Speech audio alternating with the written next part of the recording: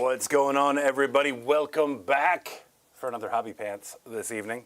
We are going to be working on this guy here, trying to get him wrapped up tonight. A couple of things I've done in the meantime since the last time we saw each other. There were a couple of seams on the arms I know we talked about that I absolutely hated. I was able to find bits and get some bits kind of in there to cover it up. We added this nice little animal jawbone right here to his belt satchel as well. And then I had a little misalignment with some leather straps that we were able to fix with another bit. I got a lot of paint on it, but I still have a couple of things left to do. The shield here, for example, we're probably going to drop that a nice purple color for Battle to End Alzheimer's. Nice little add-ons, nice little touches. I also went ahead and got started on the wood here. Let's go ahead and give ourselves a little zoom so we can see a little bit crisper. So we're starting to get where we want to be with that. Now underneath, you got some really nice blue tones in there. We're going to be adding those in and highlighting the whites up. So tonight's mission, if we choose to accept, get this whole thing right here done. Get his face dialed in.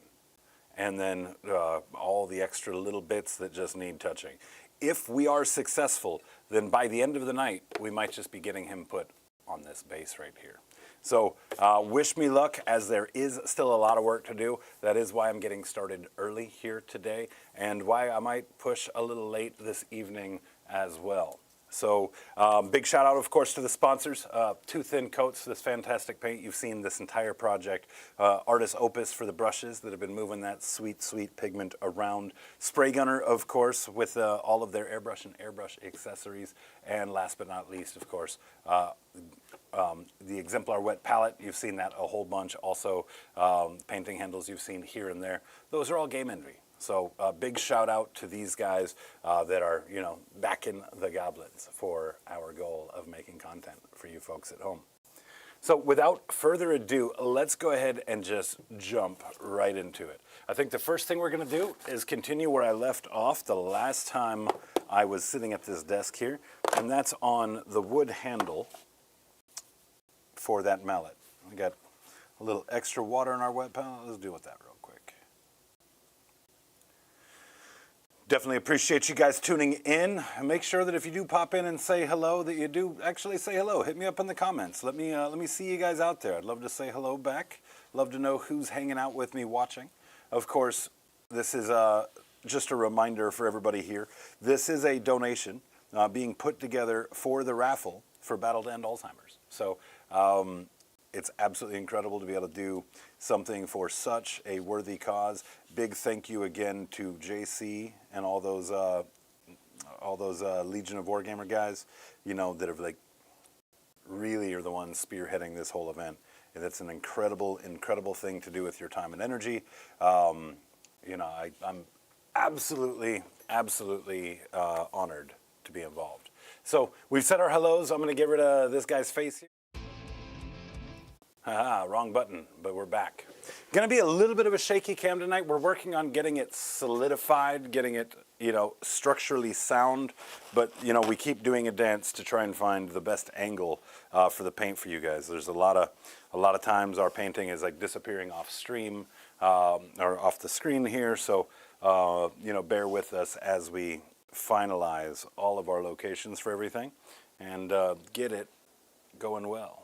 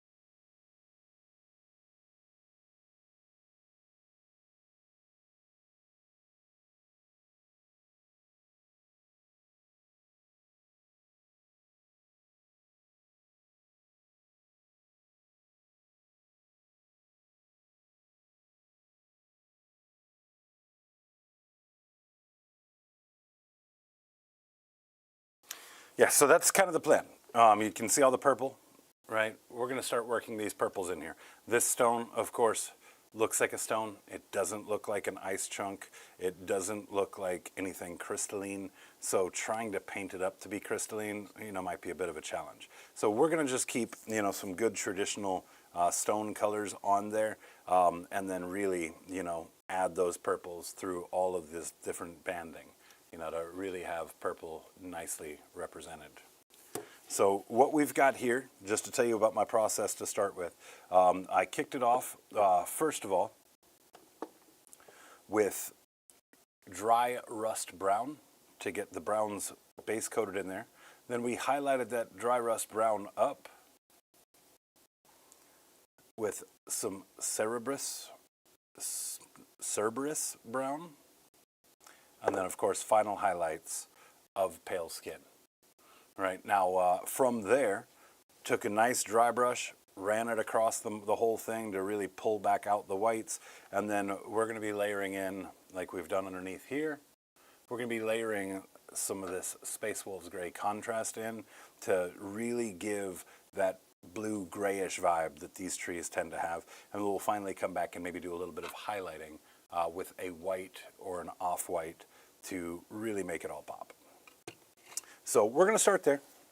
Let's go ahead and grab ourselves a nice junk brush. This one will do. Right, nothing fancy, nice big round brush, size 5. Then we're going to take our Space Wolves Gray contrast. And we are just going to break it down into a nice glaze.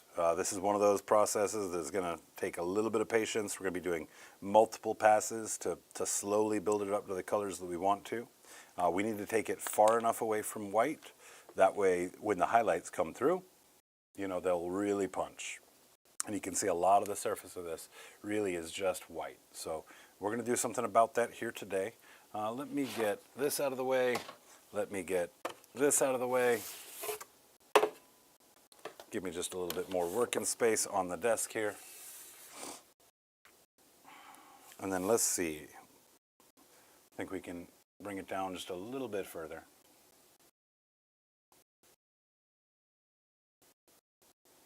We want it nice and loose here. That looks pretty good. So I'm going to start in the recesses and just make sure that like all the spaces between these ropes, that's going to have extra shadow on it. All right, and we're just going to go with this color to give us some nice contrast.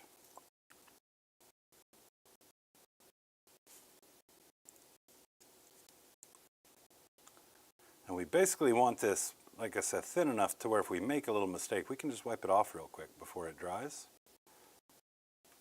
And then we want to be cautious on where we stop our brush, as we've talked about in the past. That's where all the paint gets deposited, is where the brush ends. So we're just going to be working from the top, down the sides, right here in these crevices here. We're going to stop just shy of those. Work that up underneath here. And we're going to kind of let it pool in places that, have a recess.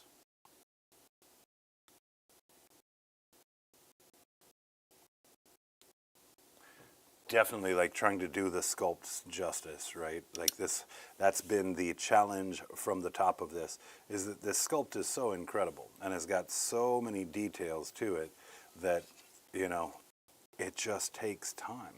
It just takes time to get them all done. And what I don't want to do is I don't want to rush through and just produce something just to have it done. I got to get out of the army painting mentality for this guy, because as you know, army painting is all about efficiency. You've got so much to do. You can't really get lost in the sauce, if you will. Where this is exactly the type of process to get lost in the sauce on. We want to do more. We want to push ourselves, do things that we're not comfortable with, taking this opportunity to then get comfortable with them, right? So that's what we're at here today. I thought this might be, maybe a 4-part series here on YouTube with these streams. However, if you guys see the thumbnail, this is episode 7 working on this guy tonight. Now, I don't have time on my side. This does need to get in the mail the start of next week, if not end of this week. And so really have to push this to get it done.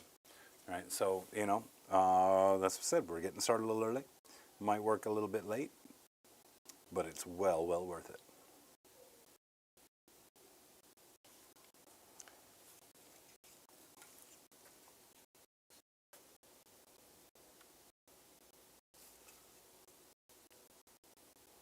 Identifying all of the parts of the wood are important. If I misidentify something and wind up painting, you know, some of this banding where it, instead of the wood, you know, that's going to be okay. All of the banding is going to have to be painted on its own as well. You know, so we'll just be repainting over all of any little errors we have. We do want to be careful, try and not get it inside these cracks where our you know, warm wood is, right? But we do want to make sure that we get full coverage. We don't want to have to come back and identify bark later and then add blues later once we're already trying to move on to our next step.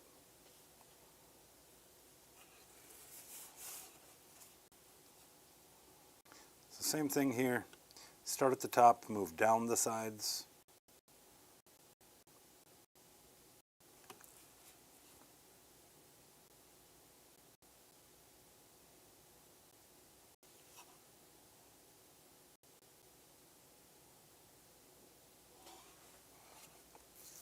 Been having some fun getting editing practice in. We've got another tactics video coming out for the Cave Rep channels by the end of the week here. We're going to be doing a Tau video this time, discussing, you know, the 3 most underrated units in the Tau Codex. Now, it's John, of course, putting it together, so I'm willing to bet that you guys can come up with at least one of the units on that list. It shouldn't be a surprise to you. But, you know, a lot of that editing, like we talked about here, doing something we're not comfortable with, getting practice, learning new skills. Editing is one of those new skills for us. So that hopefully will flow over into Gob Ross and Friends here. I'd like to really start creating videos that, you know, help explain in better detail some of the things that I ramble off. Some of the, you know, eye tracing and color theory and, you know, compositional things like detail clustering or, you know, temperature versus texture versus values, right? Be able to like define all of those in a much more solventary, a much more solid sort of approach. That way, if ever there's questions, there's a reference out there for you to know, well, what the hell I'm talking about. If only my wife had that for everyday life, you know, it'd make life a lot easier for her, I bet.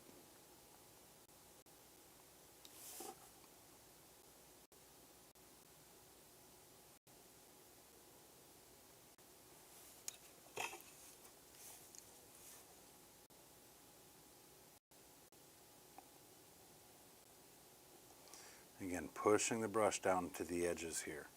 We want those edges to collect most of that blue.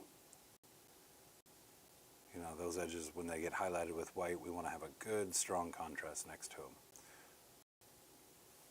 And I like the colors here. I think the colors work very well. You know, having the cool white is effectively what we've got here. You know, alongside the warmth of that internal wood. Really very satisfying for me. And it's okay if this gets a little bit more blue than we might expect. You know, again, we need to have something far enough from white. That way when the white highlights go on, they don't just, you know, kind of wash everything out and obscure the details.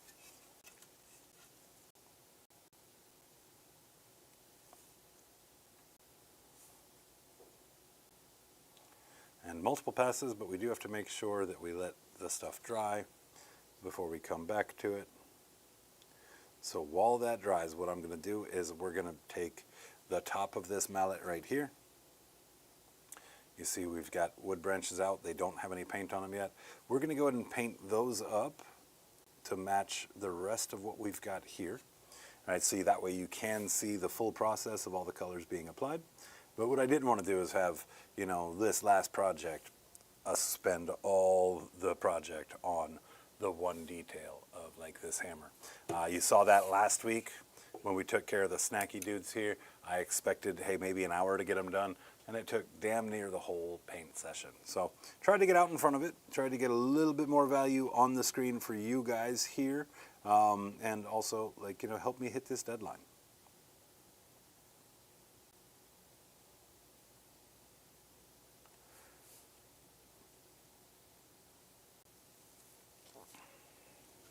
It's a very good start there. So let's go ahead while that dries. Let's go ahead and get those wood colors out that we just discussed. Here's our darkest tone here. We don't need much. A little drop will be fine. Mid-tone here. Again, nice little drop. And then our highlight. So first thing we're going to do is hydrate this brush here. Pulled it right off the rack. So we want to get some water in those bristles. And then we're going to take our darkest color here. Get it the consistency that we want to. We can loosen that up a little bit. And then we're just going to start painting in everything that's exposed from the outer bark.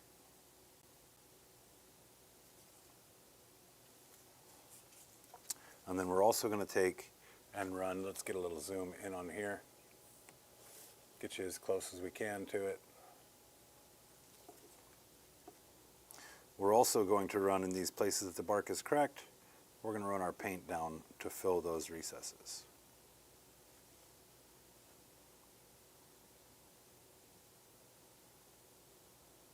Some of the recesses are very shallow, so the paint isn't going to take in there, but I also don't think it's going to stand out if it doesn't get that paint on it.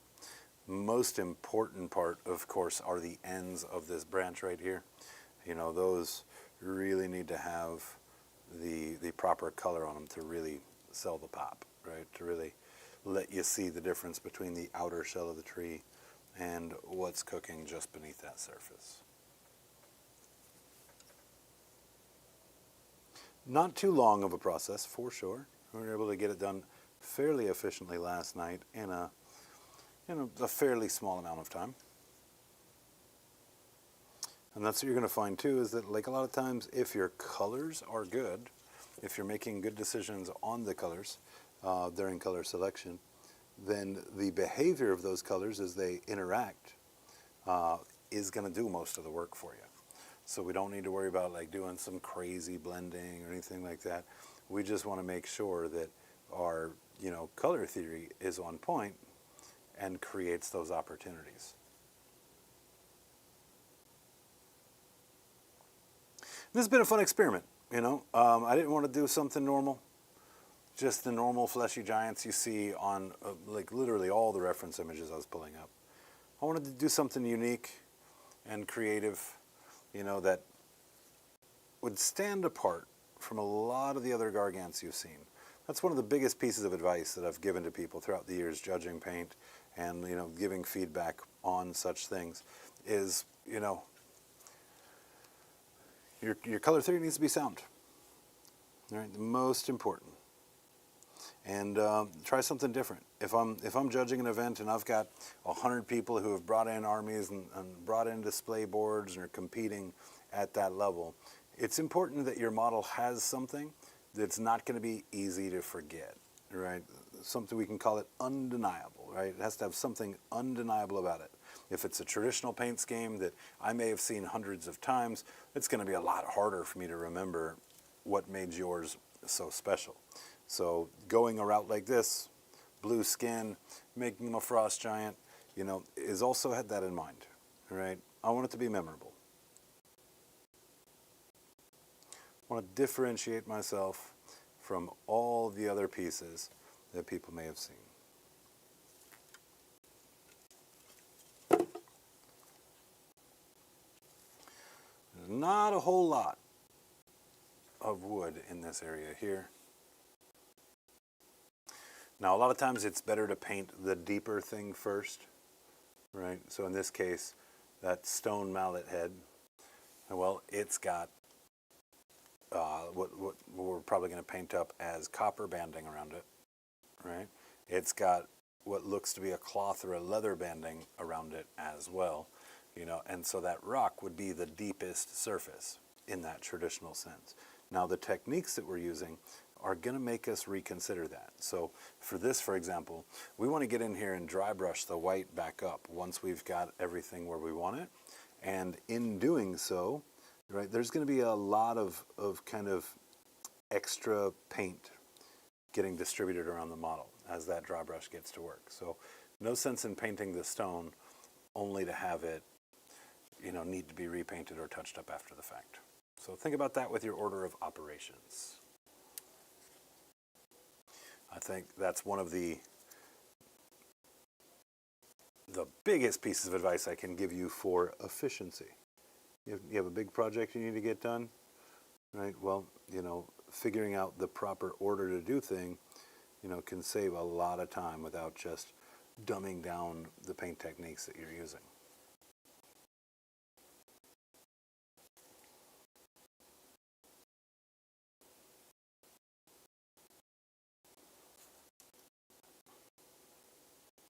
See, we've got ourselves a viewer. Make sure you say hello. I'd love to say hello back.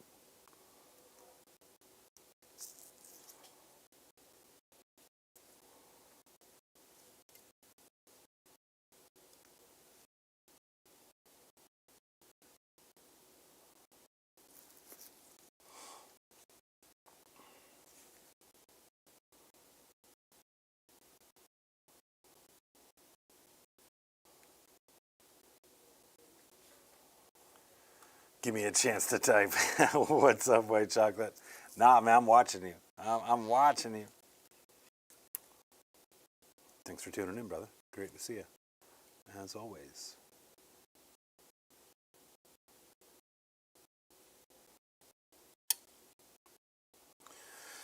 Yeah, we had a good time on Rob's birthday stream the other night. I know White Chocolate was there. If anybody else was there, you know, we got a little bit wild up in here. Had to cut the stream short as Rob had quite enough birthday.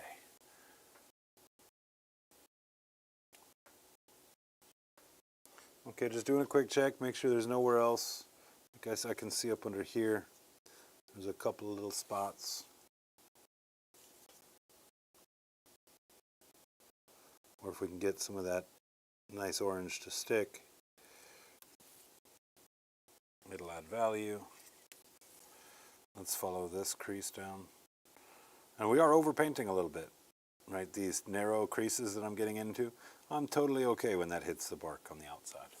That is always, always fine. Now, I appreciate you, White Chocolate. I'm always happy to see you. I'm always happy to be checked in on. All right, second color here. Same general idea.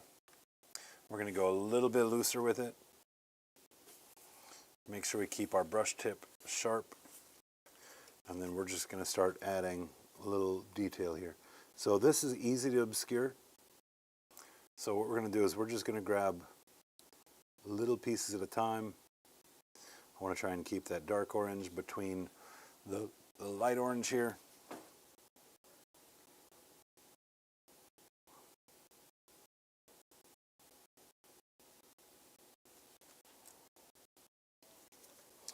And then we'll be able to just finish that off with that highlight color.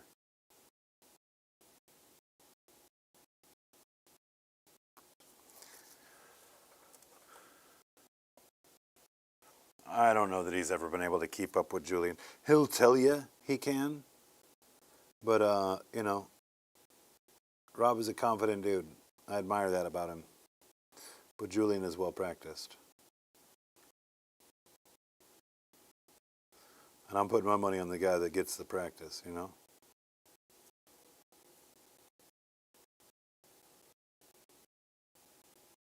It's kind of flat on this side here, but flat's boring, so we're just going to add texture by continuing those lines around there. It's a small enough surface that if we paint it right, it'll actually look like it's a part of the sculpt. And that's the cool thing about doing texture.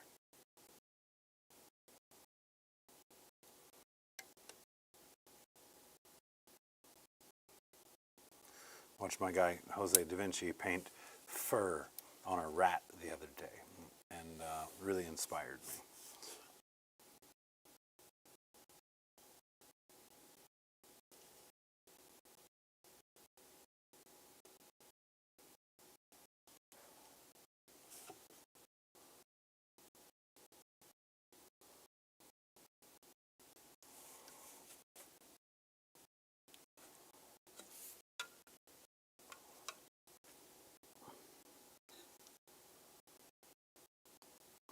Now the thinnest of the recesses in the chipped bark, we're not going to worry about dropping this highlight color in there because typically it's, or basically it's wide enough of a space for one single coat of paint. And if I try to get in there with a highlight, the highlight's just going to overwrite all of the darker color. And I'd rather have the darker color in there.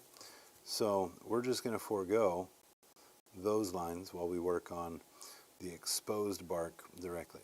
Now if we have any of these cracks and crevices are big enough to be able to take two different layers, then yeah, we'll go ahead and highlight it. But we're not going to make it a necessity and put ourselves in a situation where it's going to be easy to mess up.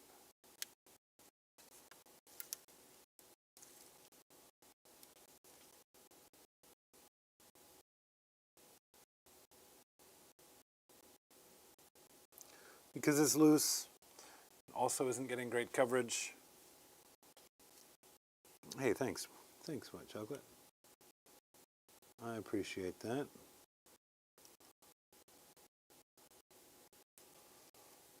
I'm very happy with the leather work as well. Glad you're enjoying it.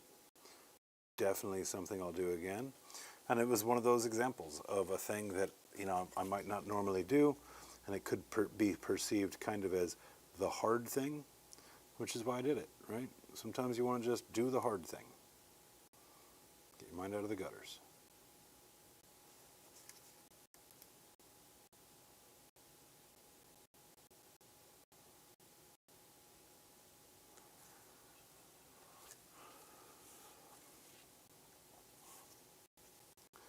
This stuff, likely won't end up perfect. Matter of fact, there's a lot of stuff on the model here that's not going to end up perfect.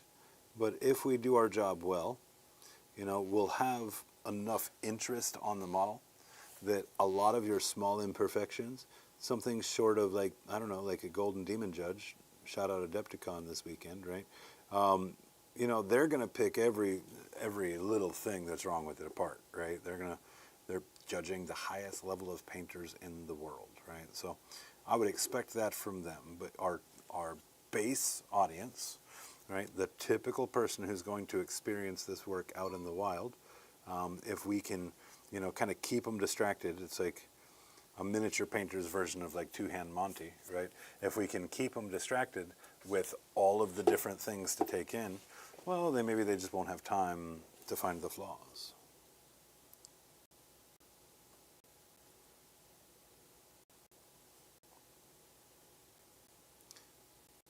Anybody making it out to Adepticon? Your mic seems kind of low. You're kind of deaf. He's so loud on my TV. Also miss you, Eric. Yeah, I don't know why, Eric. I've got the mic in a good spot. I can move it up a little bit further, but any further and it could start interfering with my beard. But I can see about speaking up as well. See if that will help us at all.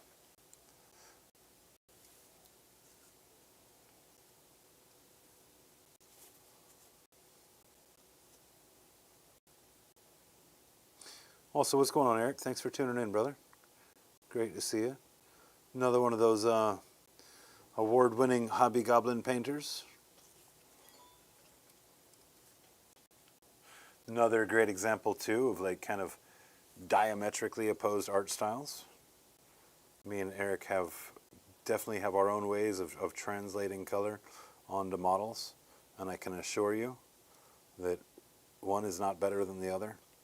They're both very, very unique and easily identifiable. Right? If you were to take a look at one of his models versus one of my models, just the style in the application, you'd be able to see, kind of my flavor palette in his flavor palette.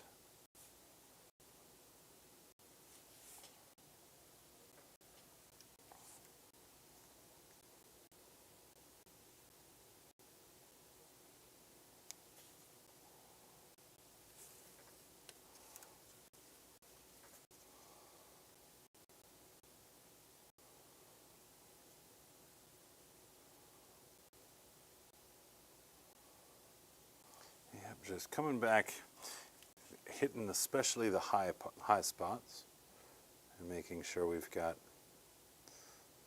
nice opaque application of this paint color right here.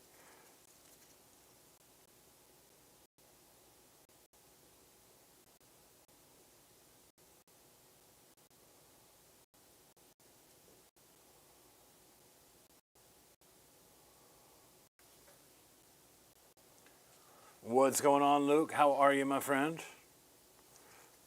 Good to see you yesterday. Got to hang out here at the shop. He actually was sitting here with me, helping watch the shop while I did some of this work on this yesterday. So appreciate you coming to hang out.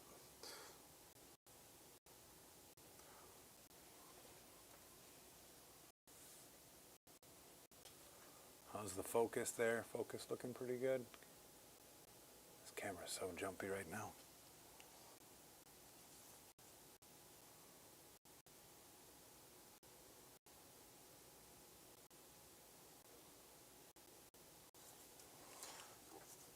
I was considering taking like a portion of the desk apart and reconfiguring some stuff. And then I realized, well, I don't really have the time for that. I guess that happens, you know, something like that is bound to happen when we're in the studio doing 6 streams a week. 6 days a week opening up our doors to YouTube. It is good to have a community for that. Big shout out to all the Goblins who participate in the Cave Reps Battle Report stream. Got a pretty good one tomorrow night. Got orcs coming back on the table again with this broken detachment. Curious to see what everybody feels about orcs. I, as an orc player, hate them.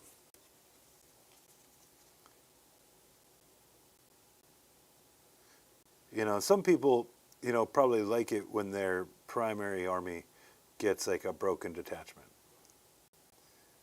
Not me.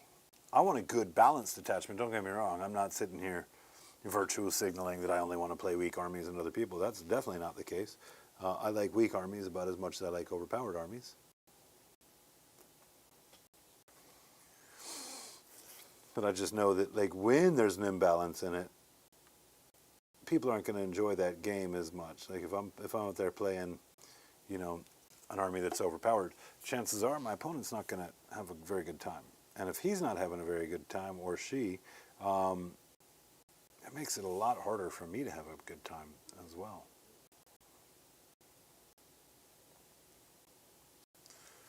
The other side of that coin as well is that GW really loves to overcorrect and just nerf things into an oblivion. It's really kind of sad that they can't accurately play test it before they release it to everybody and make the tweaks that they need to. Instead, they release something, let it kick out there for like anywhere from 2 to 3 months, all the way up to like, you know, a full 90-day cycle, right? And then they're like, oh no, what have we done? Now we've got to punish them.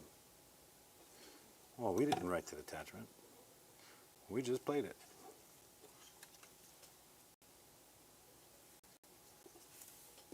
And again, right now we're just coming back to kind of the tips, the stuff that is extending out the most, and then we're using this to add further texture. These pieces should look like they're splintered.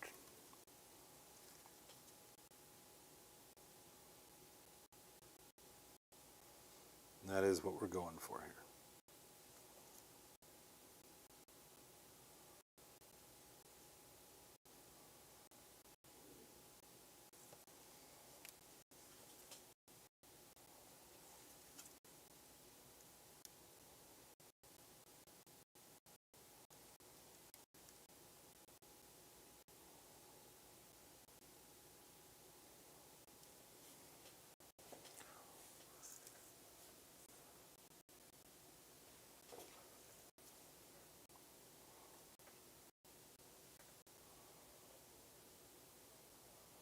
is your work keyboard so angry, White Chocolate? It's always yelling.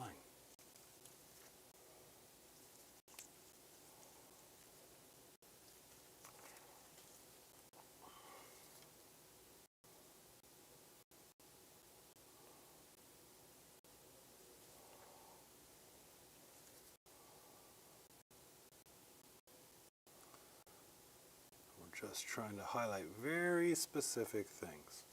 So, just move slowly and just be thorough. But that already looks like it's off to a good start. Now what's going to happen is when we dry brush the rest of this, which we're going to do here in just a moment, some of that dry brush is going to push over onto some of this wood we've done and further lighten it. So we don't want to push it too far right now. Let's go ahead and get that process started.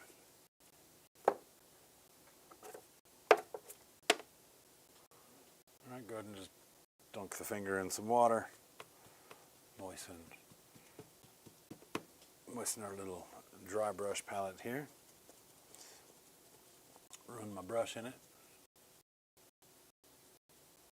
Yeah, see, even that is causing this camera to shake. So that is something I've got to get figured out.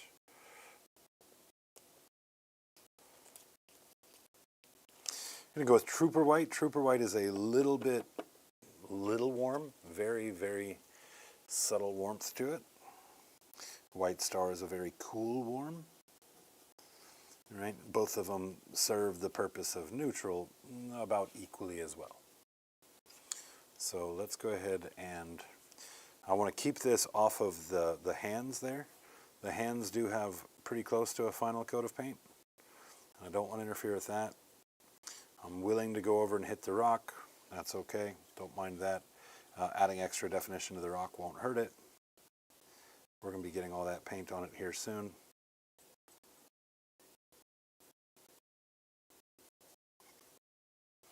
The main thing we want to do here is just get these extra bits. You can see up underneath where we've done our zenithal. This is still very, very dark under here. And we want it to really be able to carry that blue color in that contrast paint that we're going to be using. And so we just need to give ourselves a little bit of light on here. That way it'll have something to stand up against.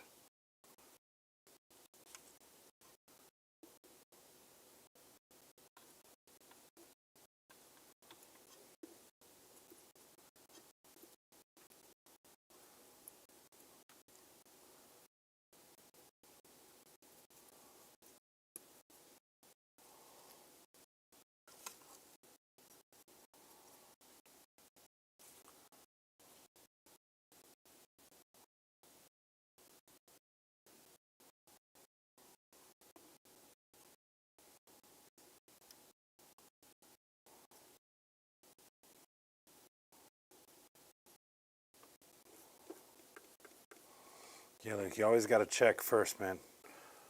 We've got way too much undue anxiety around here for audio. It's an ongoing problem. Well, we got some white on the brush. I'm just going to take some of the top facing stuff here, run this dry brush upon it, just see if we can catch a couple of those edges. Don't really want much from it.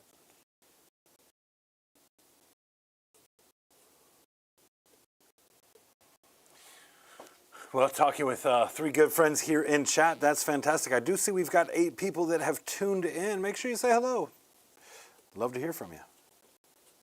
We're going to continue this dry brush just to get, some corrective measures on some of the stone. Looked like there was some rogue purple, hit the tip of that there. Looks like we've got some rogue browns underneath. Of course, the zenithal has rendered the underside of this very dark, but it does have a lot of raised surfaces on it, so we're just going to use this dry brush to help identify those raised surfaces. And I'm not worried about completely overriding. You can kind of still see that little bit of brown underneath there. That's a-okay. So I just put together a new desk at work and used some rubber bushings. Now I have a very solid desk. Yeah, for me, the arm that holds the camera out above the desk, is where I'm getting some of the wobble. That, and of course there's a cage that does go over top of the paint table. You've probably seen it, white chocolate. It itself isn't as sturdy as I would like for it to be. So I just gotta, come through and reinforce a bunch of stuff. And it is gonna require that I do basically disassemble the entirety of the paint desk and then reassemble it once everything's said and done.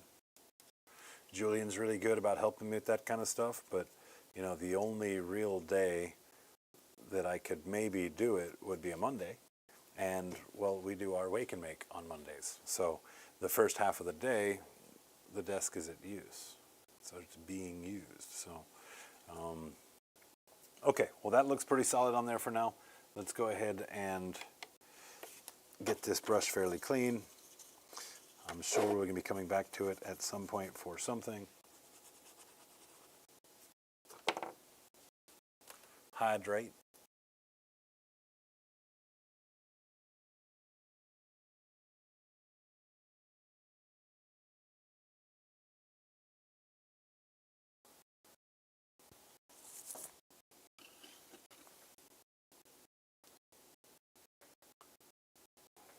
Okay, so let's come back over here into our glaze.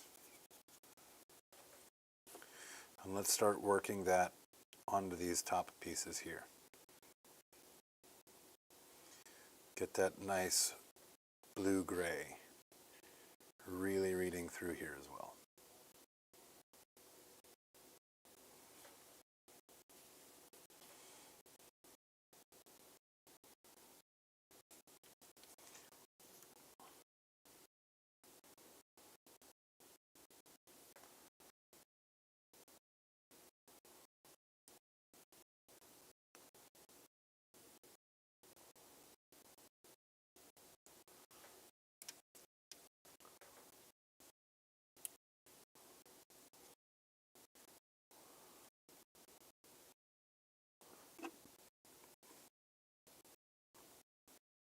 Yeah, I've got some ideas for a fix on it, white chocolate.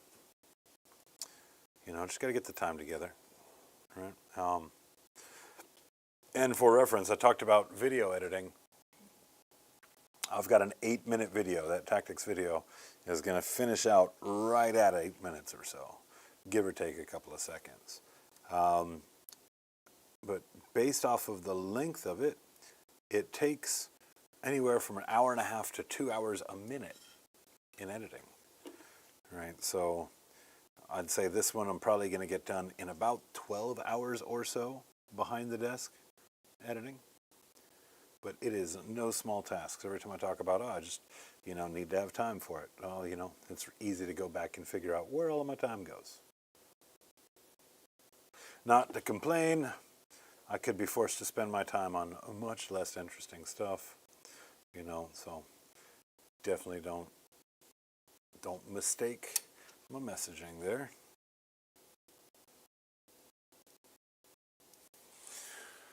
Boom. That is looking pretty good. Let's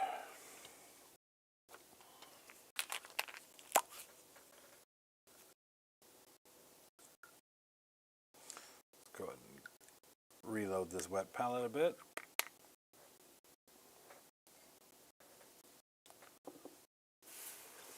Just so you guys can kind of see the consistency that we're going for here. You can see kind of how loose that is. We want to go just probably one more dose. And I'm just dipping, like what I like about these big body brushes is them BBBs, you know what I'm talking about? They hold a lot of fluid. You can see this is going on nice and transparent. And that is exactly what we want. So again, we're just going to go back, really hit the places on the undersides, really get that blue just a little bit more saturated up under here.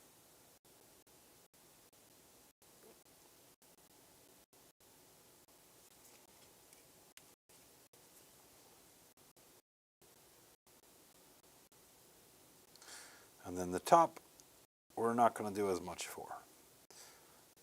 We want that to be the brightest as we observe and acknowledge the way that light should interact with it.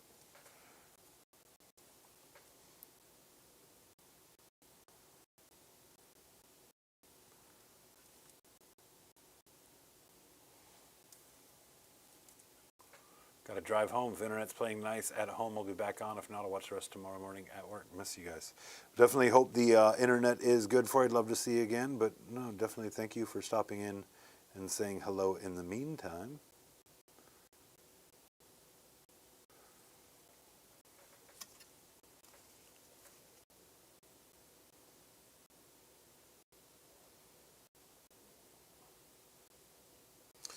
Pulling the brush down so that paint gathers the most near the bottom. Also trying to distribute enough to avoid tide marks. That's a big part of why we're thinning the way that we're doing it, but also why we're just trying to take control of where it deposits and don't let it just deposit, you know, willy-nilly like.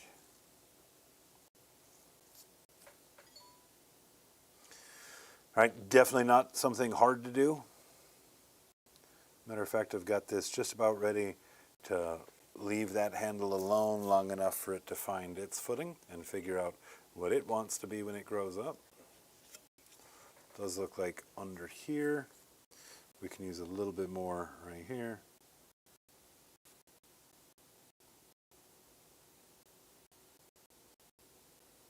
Painting at the desk is much like driving an automobile by the rules of your DMV, right?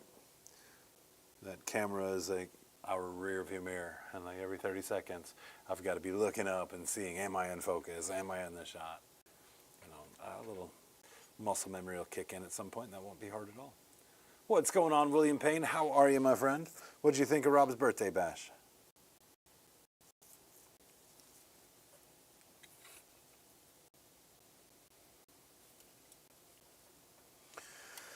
One thing I know I want to do on the wood is I want to darken up some of the darkest recesses.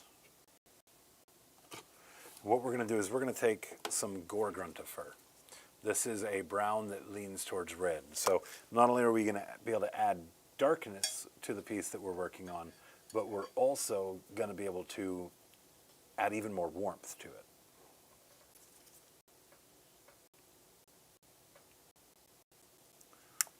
So just a little drop right here.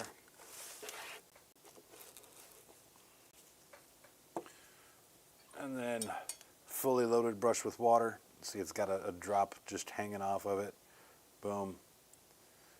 So we're basically diluting it by 2/3. Now, because it's so well diluted, I talk a lot about, hey, don't use metallics or contrast on nice brushes. Well, because I've got it diluted as far down as it is, I've already defeated the pigment. So the pigment will not have any ill effects on the bristles.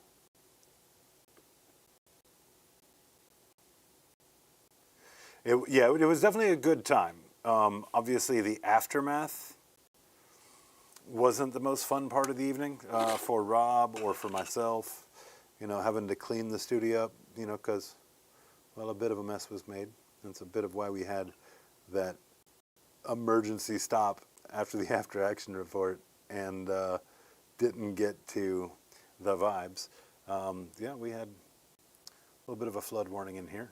So definitely didn't enjoy that. But it was very nice to be able to just kind of kick back and not be overly conscious of like our humor. Let our humor just ride. You know, we're grown folks. Sometimes we make grown folk jokes. And trying to do a stream that's like, you know, family friendly and good for everybody, a lot of times we have to really be cautious on like what jokes we let loose. It's like the whole reason we started the deployment stream. But I will say that I think that drinking stream or not, right, I think that you're going to see us start rolling out some members only content that is our unadulterated selves and that unadulterated humor because I had a great time with it as well.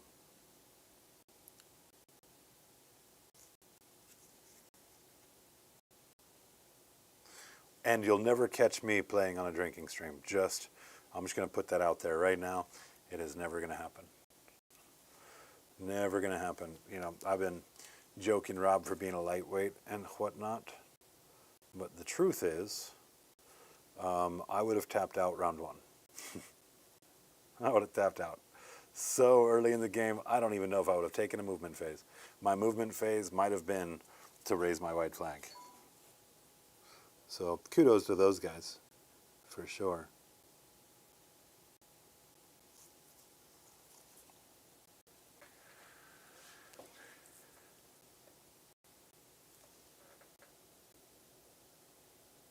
All right, take it easy, camera. The earthquakes are not that severe.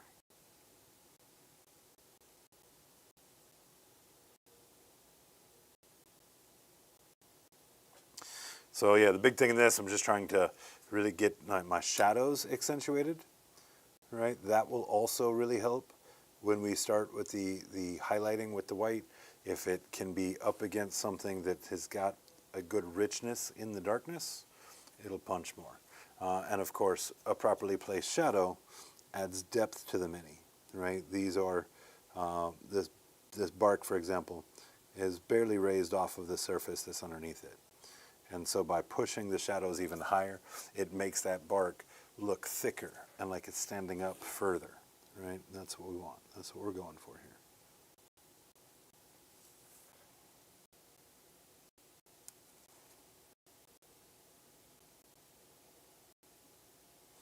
I'm going to put a good bit of it right there in the butt of the mace.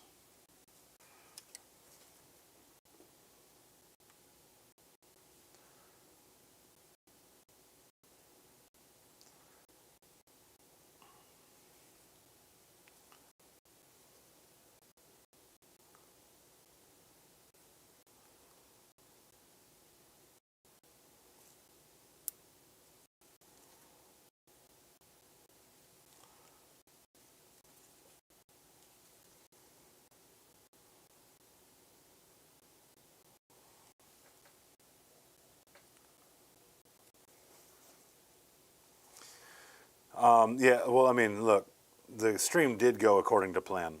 We did say before the stream happened that if we finish the game, then the producers and chat did not do their jobs, right? So having the game end at turn 3, you know, where the handshake was called for from the floor.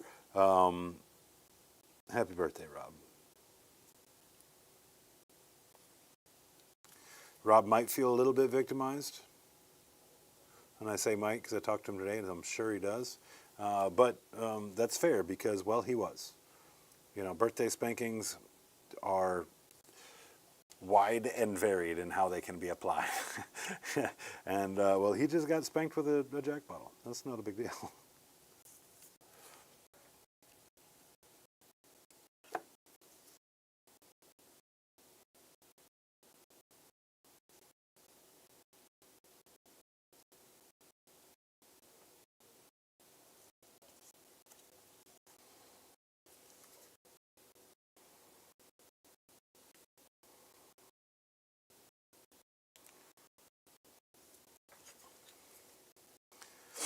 I want to make this look nice, but this also isn't really a big focal point for the model. Matter of fact, you know, we want to leverage eye tracing techniques to where this basically leads them to the money shot, that money shot being, of course, you know, the mace head and then everything else that surrounds it. Okay, well that feels pretty good for right now. I think once we get some highlights in there, it'll clean up even better. But I think it's starting to look like white birch.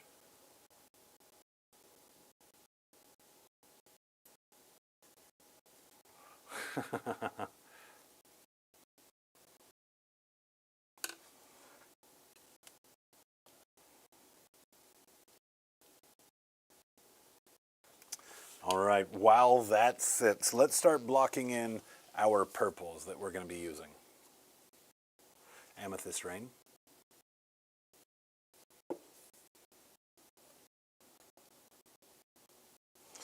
Enchantress is a little bit darker. I want vibrancy here.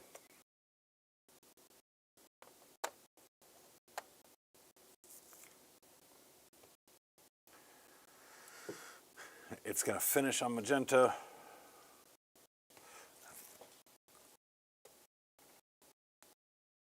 those are good colors right there to work with. And let's just start taking our darkest color here, and let's just start blocking in the extra purples that we want to have.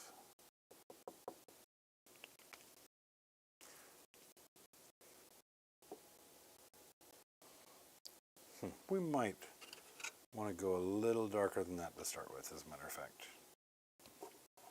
So let's pull down the Enchantress purple. Very dark purple.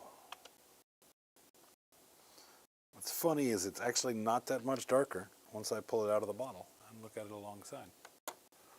How about a darker purple then? I'm just going to place some paints on here until I find something I'm happy with. Vile purple is almost black. That is too dark. Too dark indeed.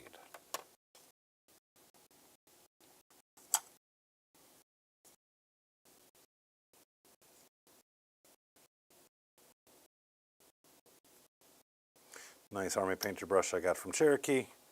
Got a couple of uses out of it before I killed it.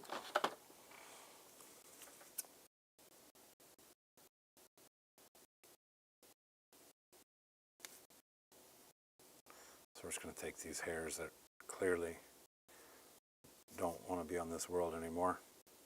We're going to bend them at the ferrule. We're going to go ahead and just cut them off. Aha. So that'll show the rest of the bristles that have remained intact that we mean business. And we are not above violence to get this brush to work correctly.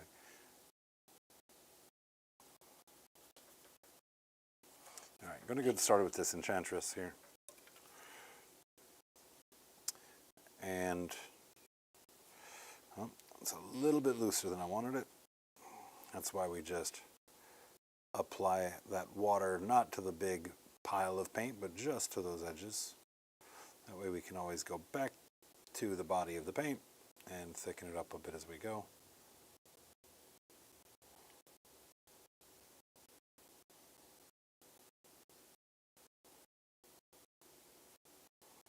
Having some surface tension stuff going on here, which is where you can kind of see that paint is beading up.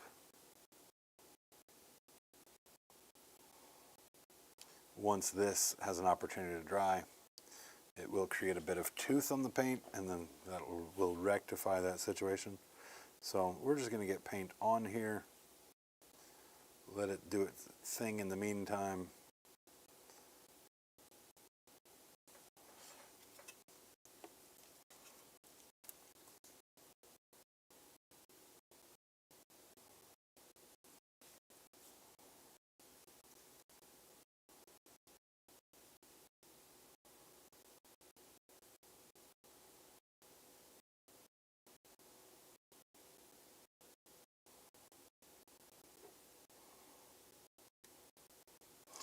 Cryface, of course, got started on a red skull model for Wake and Make on Monday. And, I've been sitting here jealous that he's painting Marvel Crisis Protocol. So I did get my first wave of Brotherhood assembled today. Not sure where it's going to fit on the calendar for getting it painted yet, but it is good to have it at the ready for when that time comes. That is Magneto, Mystique, Toad, and Sabretooth. I still have the Blob and Pyro to assemble.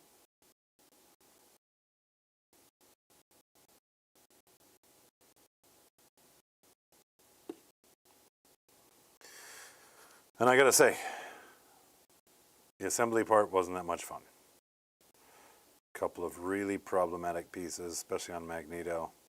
He's got some stuff that hangs off of his back that they kind of give you a side shot with an arrow kind of pointing where it should go, but you can't really see the connection or the join.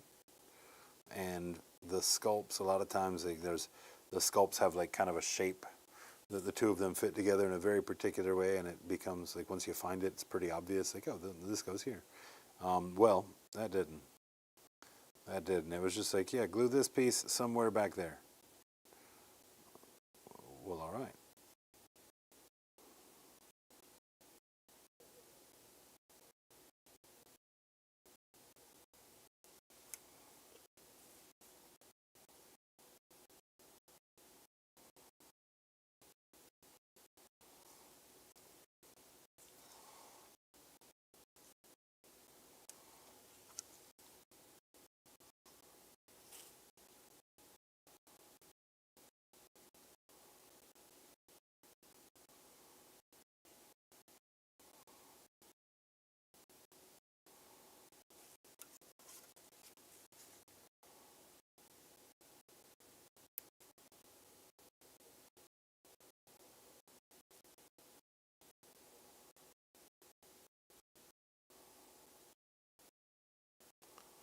Okay, got enough of this worked on there now, so we're going to get rid of that brush. That brush is a little bit of a liability.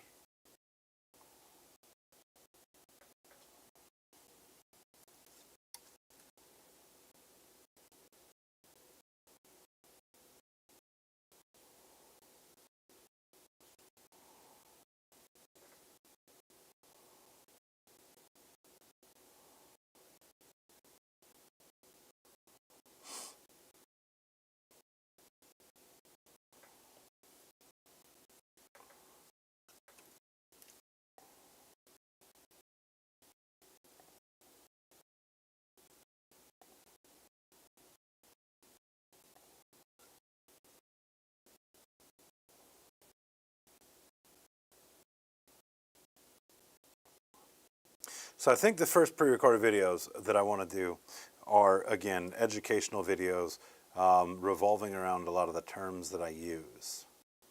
So I'm going to be putting up a poll on the YouTube community page about what types of terms you guys would like me to first investigate and lay out.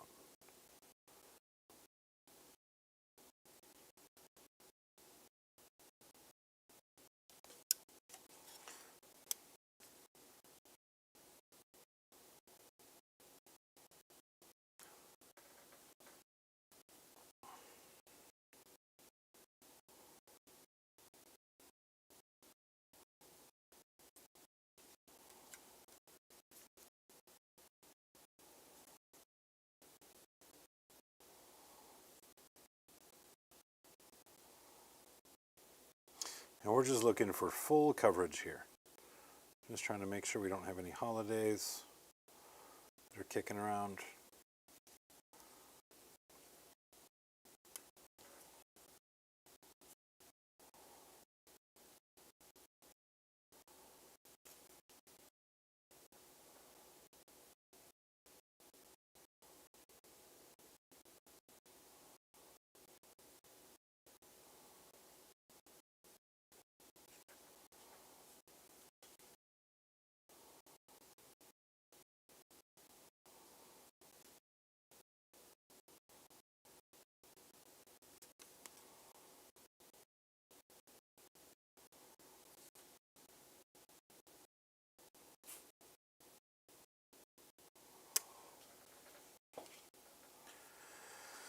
Flipping it around all the different angles so I can see what I'm missing.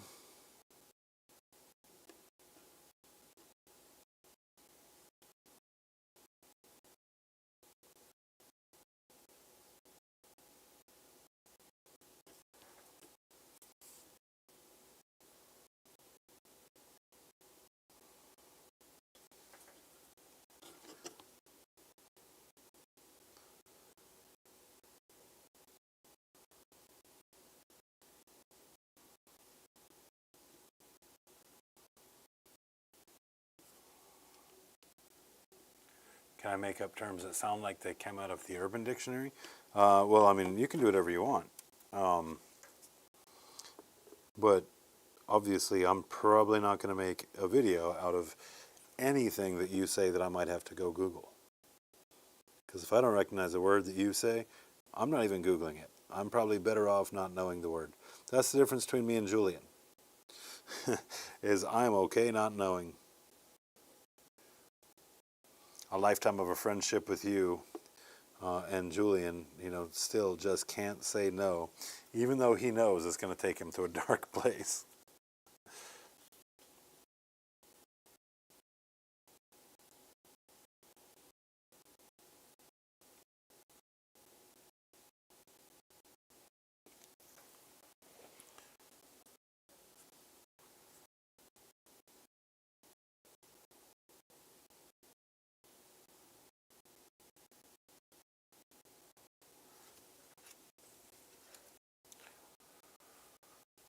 All right, that's cooking up in there for right now.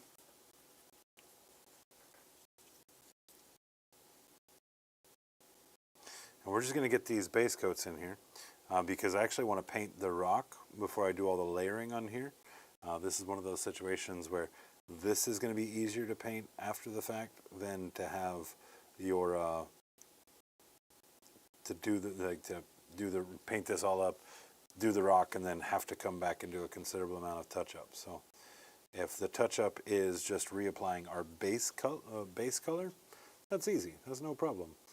Sometimes I'll do things out of order like this as well for the ability to kind of see, how are these colors going to work, where I'm putting them. I don't need to get all of my highlights up there to be able to determine that. Sometimes just the base color, I can have the vision for what it'll look like once I've got those layers onto it, and then I can start considering my color theory and the composition with actual data and not just having to imagine those colors being in places.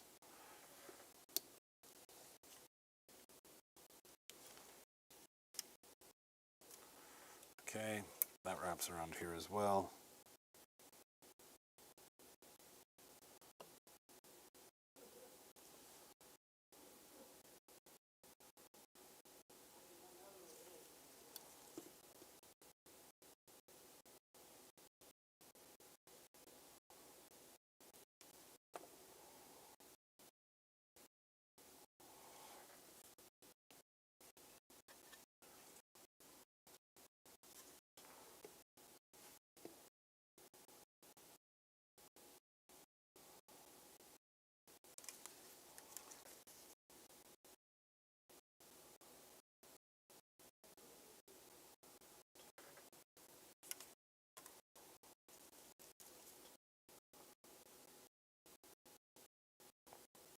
I know we were talking about that birthday drinking stream a moment ago over there on the Hobby Goblins, the Cave Reps channel. If you didn't see it and you go looking for it and you still don't see it, it is something we put behind a member wall because we did get a little bit wild, right? And with that, if there's a dad out there hanging out, hobbying with his kid on his lap or something, I don't want to surprise him. Everything we've done to this point has been super family friendly, and although that content is valuable, we got to save that extra bit. Save that for our members, for sure. We absolutely appreciate our membership community incredibly, and so to be able to get content that's specifically for them has been a long time coming. It's nice we get to hang out in the deployment streams week in and week out, but that's 15, 20-minute streams. We do have our every 2-week content planning meeting as well. Those do run about an hour, and we are a little more liberal with our humor there as well. But, always thinking of you guys, man. We want to make sure that we're as valuable to you guys as you guys are to us.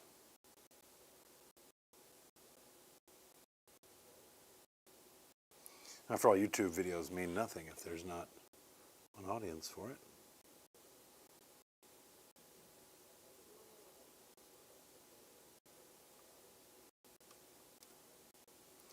Again, willing to overlap the other stuff. We're going to be painting that as a metallic. So just trying to make sure we've got nice solid coverage on this purple here.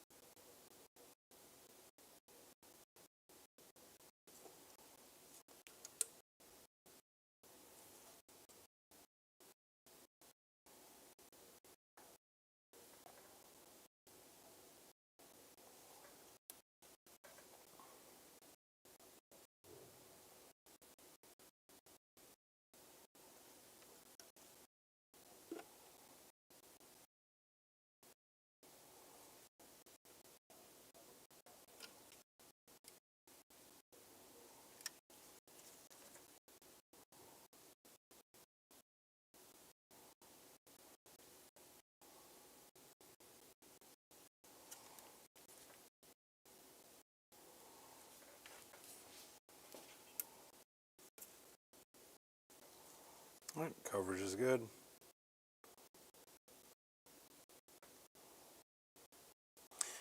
So I think we're at a point where we need to figure out what we want to do with that stone.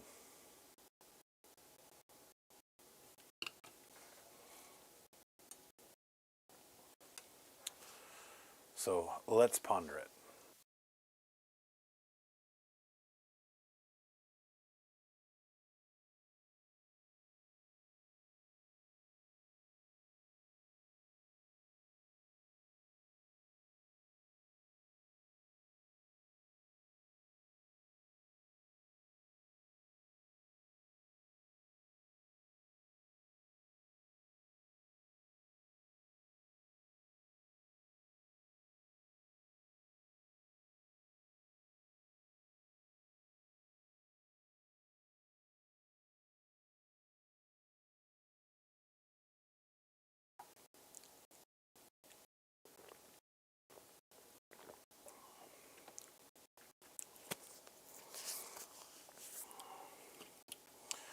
So I think we want to go with some darker colors, darker blues that work themselves up into grays. I have Ultramarines blue, is a pretty dark contrast. And then I have Leviathan blue. Let's start with some of this Leviathan. So let's cruise back in here to our junk brush. We're not going to be diluting this much. We're going to be diluting it just enough to be able to get decent coverage on it.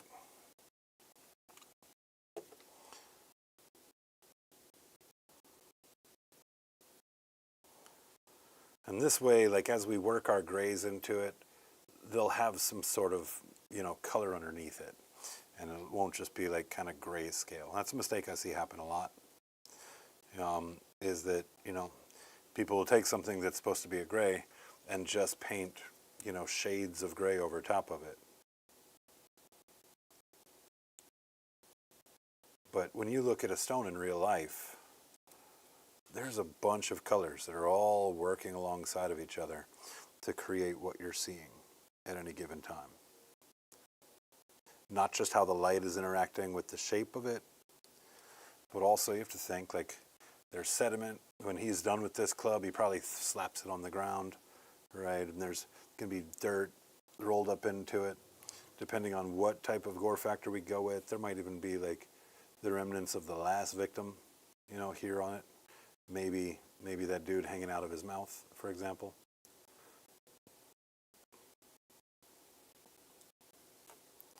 So we're just going to start with something that's dark but colorful. And then we'll start desaturating from there.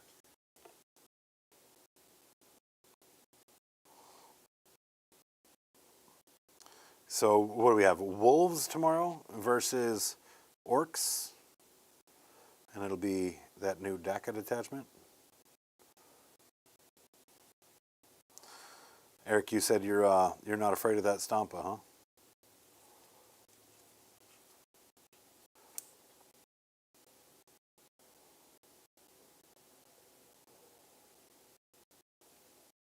Why don't you tell me what your contingency is? What keeps you from being afraid of that ridiculous construct with sustained 2? You got a little trick up your sleeve? I know you've been having some luck with that Chaos Space Marine list you've been running. You think that's the one that does the trick?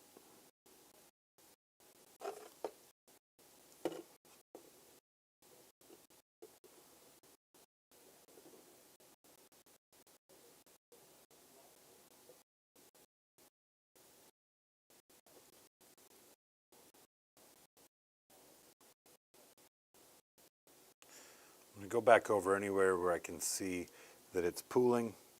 I want to kind of move that pool around before it starts drying. Spread it across the model. Most of this is going to have paint over top of it by the time we're done with it. But I'd like to try and treat each step a bit like it's the last step.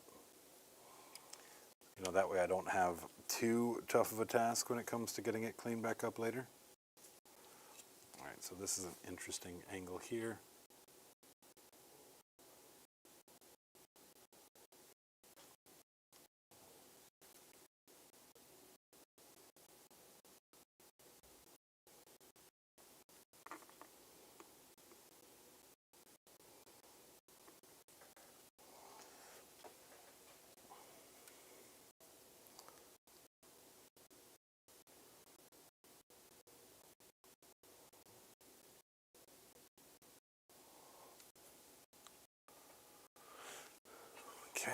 Got that blocked in pretty well.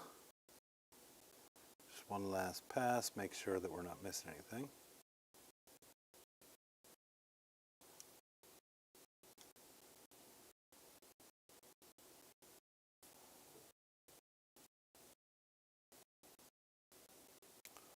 It's all looking good.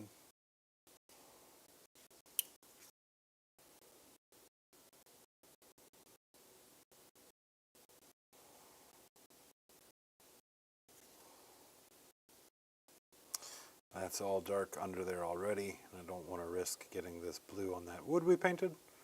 So we're just going to let that darkness stay darkness. My old friend.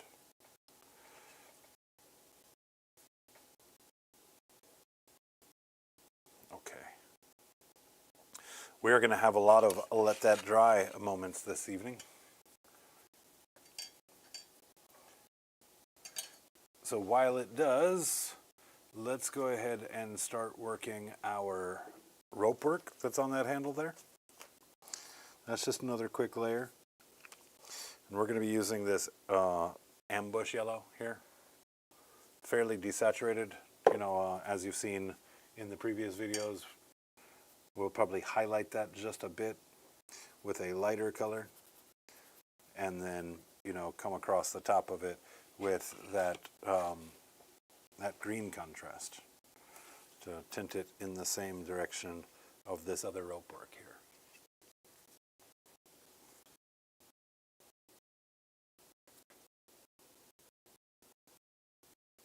Thick enough that it sticks to the model, or sticks to the ropes, and doesn't run down the ropes and pool in the recesses. That's what we're doing here. And we're not worried about getting complete coverage. If we've got a fair bit of darkness inside of the coils of this rope, that's okay as well.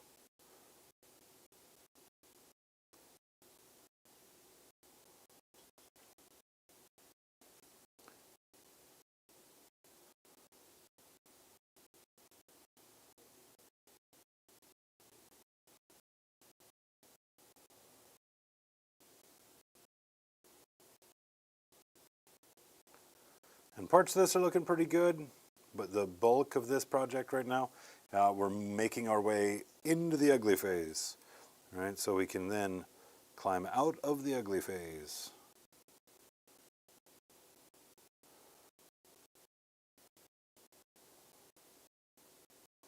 A very necessary part of the process.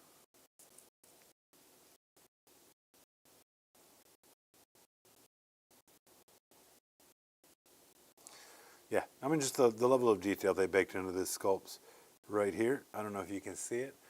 You should be able to too. That rope is frayed right here. There's one little string holding on.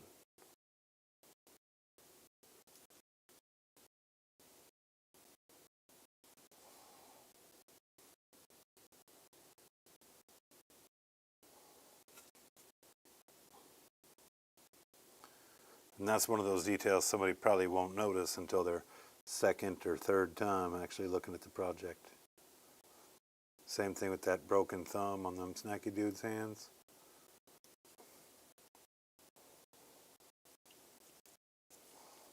Okay, turn the model so we can get to this ridge here, painting the sides of the rope now. Being careful again, try not to get it on the bark. It's inevitable we'll get some on there, but we're going to try and get as little on there as possible.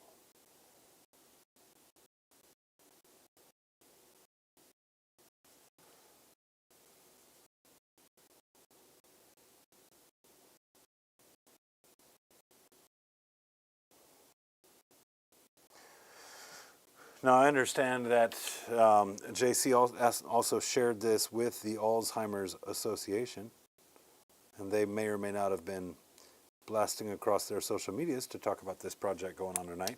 If you happen to be a part of that association and are tuning in to find out what in the hell we're doing, dude, thank you guys for all the work that you do as well in getting those donations going to such a noble cause.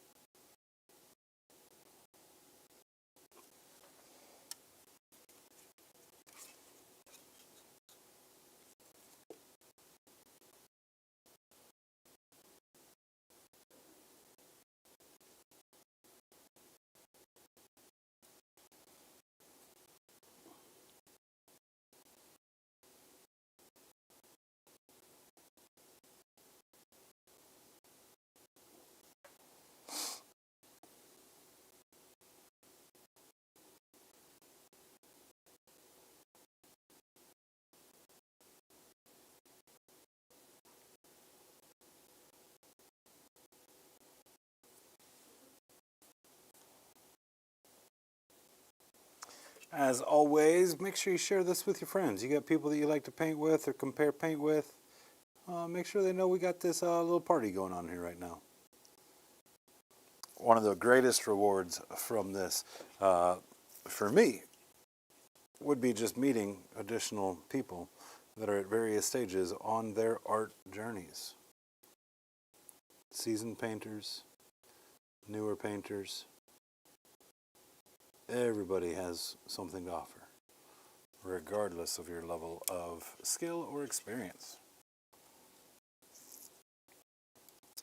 Even the most experienced guys wind up getting themselves kind of caught in like a loop, right? Where they spend so much time thinking about something a certain way, whether it's a technique they use or color palettes they lean on.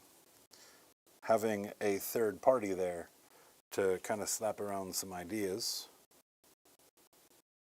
is, always great feedback.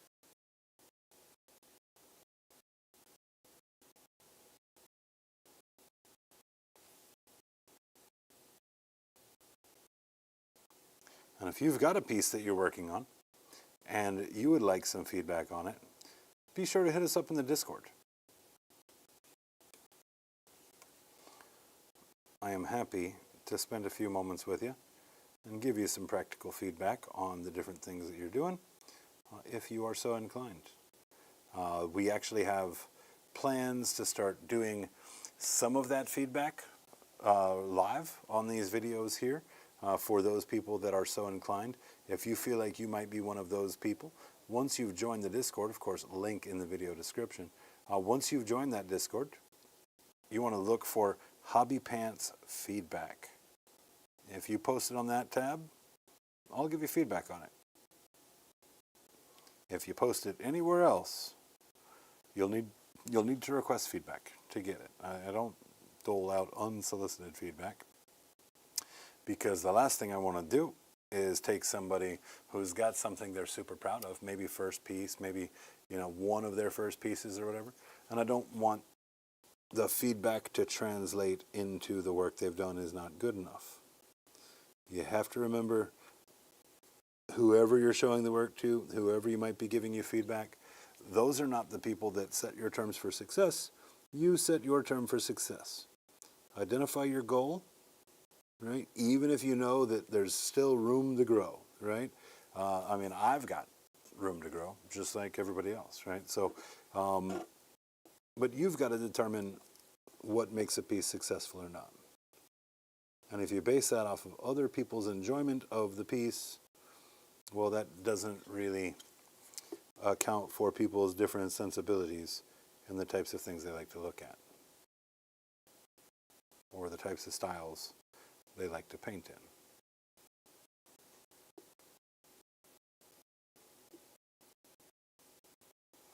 Been fortunate enough in my time in this hobby, with all the traveling with the hobby Goblins, to have met so many fantastic people and fantastic artists. Broadened my personal horizons a lot, and even those guys that have outperformed me at events, being able to sit down and share feedback with them both on my work and their work, I think has really elevated, both of our games.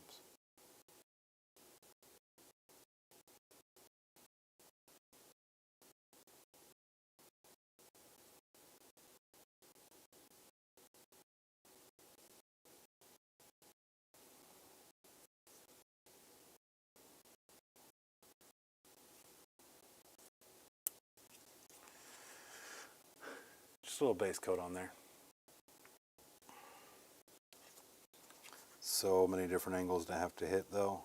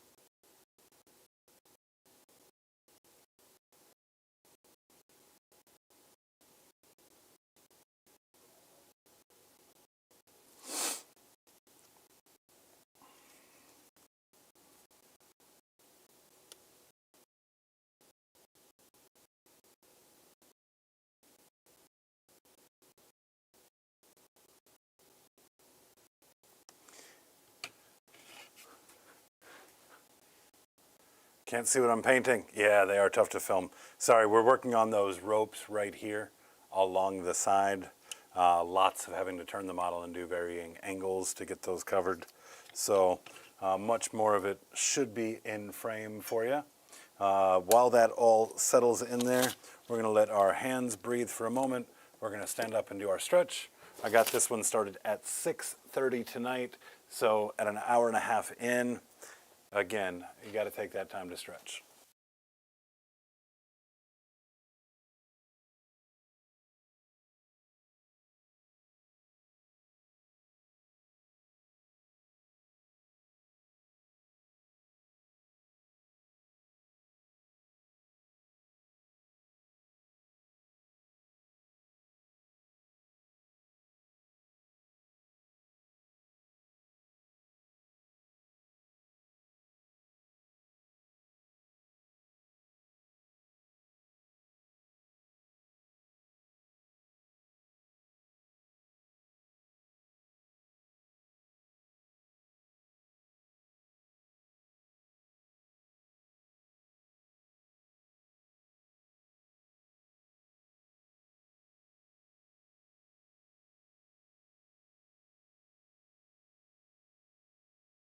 Go ahead and crack the door on the studio too. Pretty quiet night at Counterspell. What's going on, Johnny Zed? How are you, my friend? The master at work. Well, Gob Ross is out tonight. I'm filling in for him. So I still got work to do though.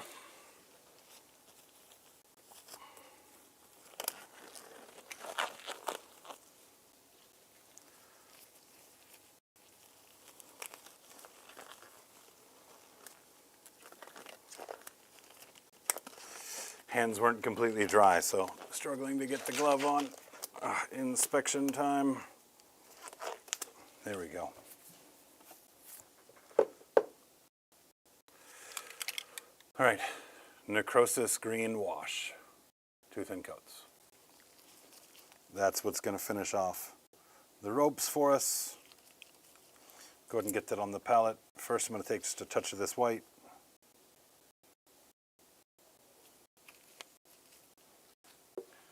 Loosen it up just a little bit. Oh, goodness.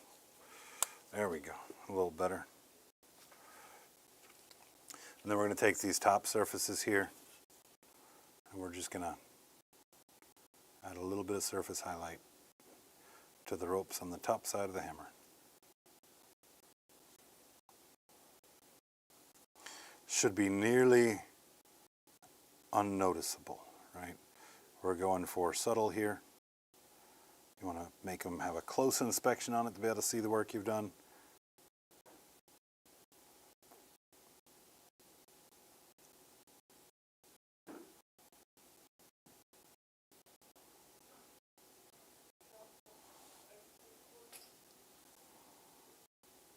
Now, if you guys do start picking up a bunch of background noise from the shop, let me know. I can close that door again and then just, cook.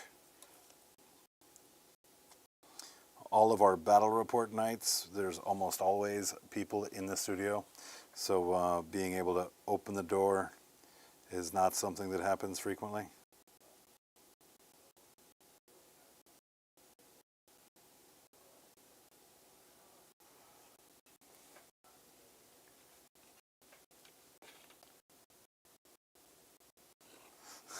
Thanks, man.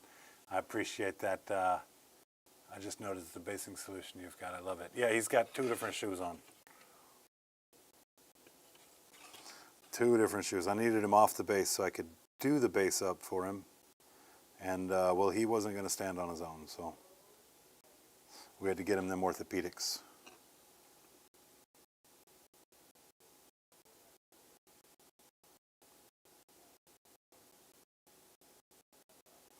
Okay, cool, cool. Hit some on the sides here as well. Maybe not as much.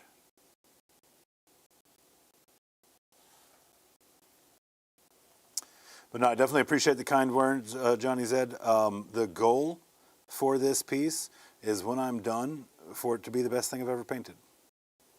And that's not going to be something you're going to see on the channel commonly.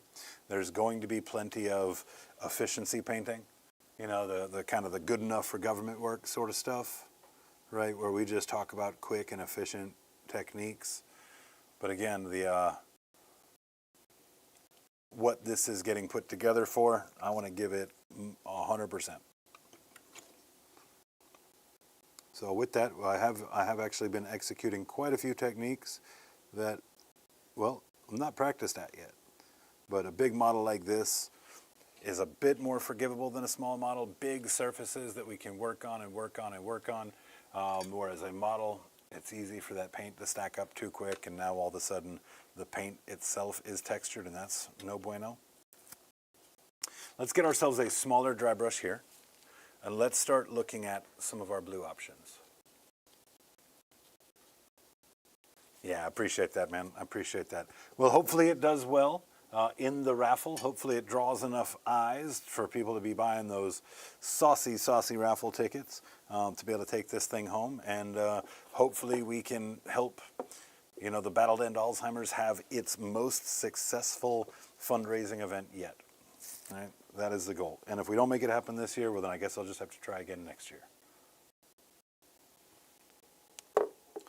So let's work into Wizard Gray here, a very traditional gray, pretty dark.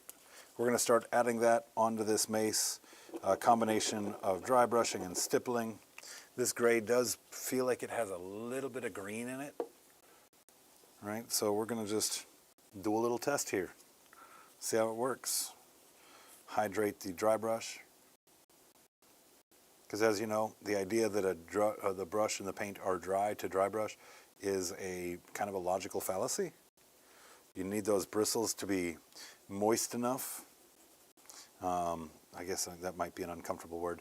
You need the bristles to be juicy enough so that way the paint can move off of it and not just gather on the bristles and get stuck. So let's, again, combination of stippling, dry brushing. We're going to take the big obvious places right here, the big obvious raised surfaces, and give them the what for.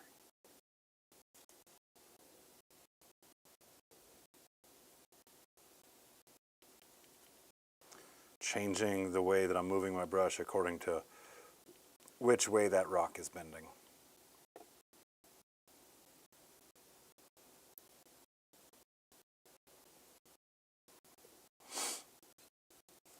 Not worried at all if some of this gets on that purple. Matter of fact, it's going to. I anticipate it.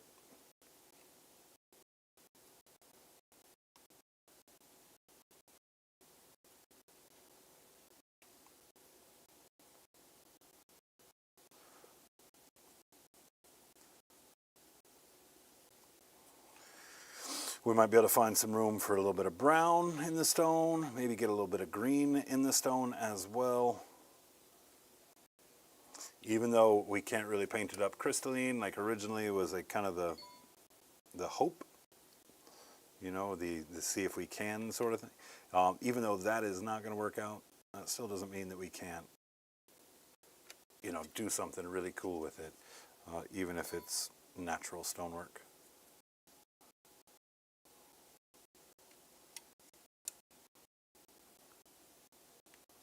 This is for Jason. Yes, the Battle to End Alzheimer's. You got it. You gonna be making it out to that one, Kevin?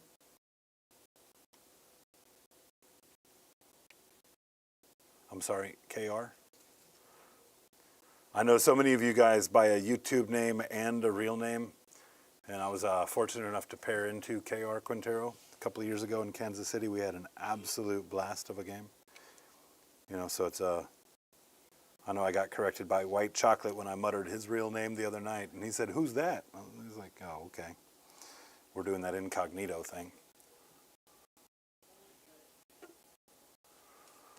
All right, so let's add to that now. Carcharodon.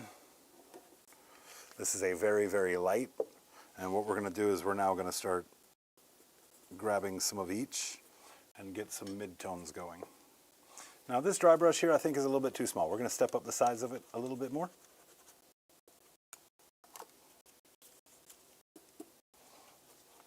Hydrate the pad.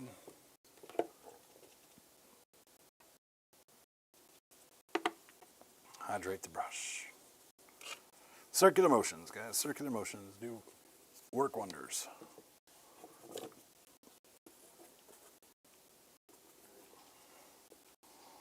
Okay, so some of the darker gray, some of that Carcharodon. Get ourselves like kind of a little gradient cooking on the palette here.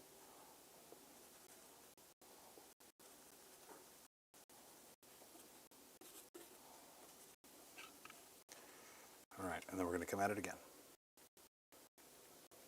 A little bit more sparing than last time.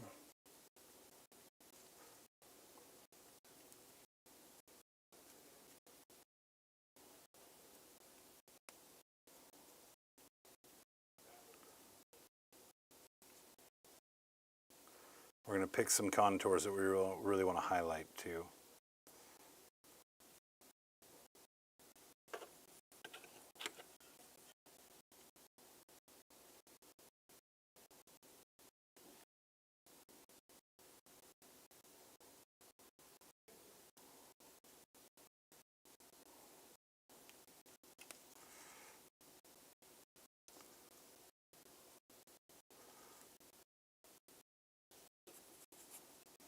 All right, got a nice mix in there. Let's go with this lightest color here.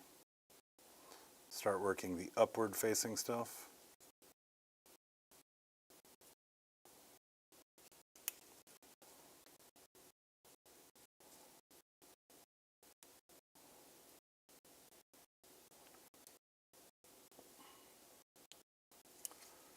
So, although we're not worried about hitting the purple or the what's going to be metal straps when we're done with it, we are still trying to avoid the wood.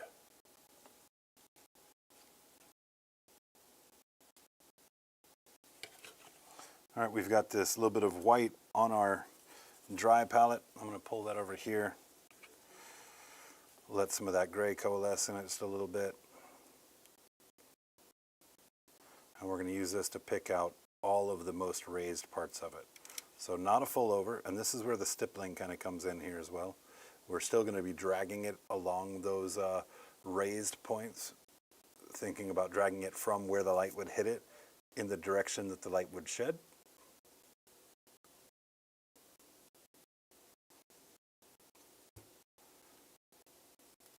So by that I mean, if the light source is up here, I'm not going to be brushing this way.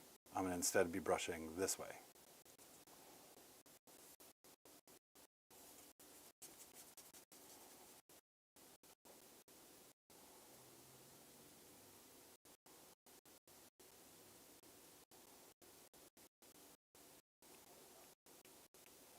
And each time I go back, I'm trying to get closer and closer to that white. A little less gray in it, a little less surface area getting hit.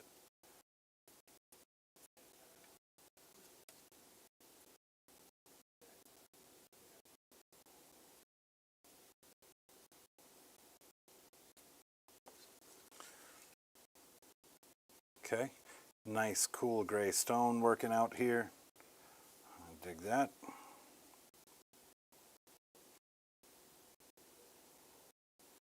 Really catch all of these grooves here.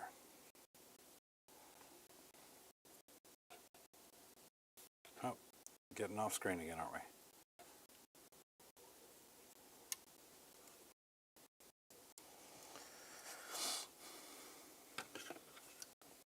What's going on, JC? How are you, brother?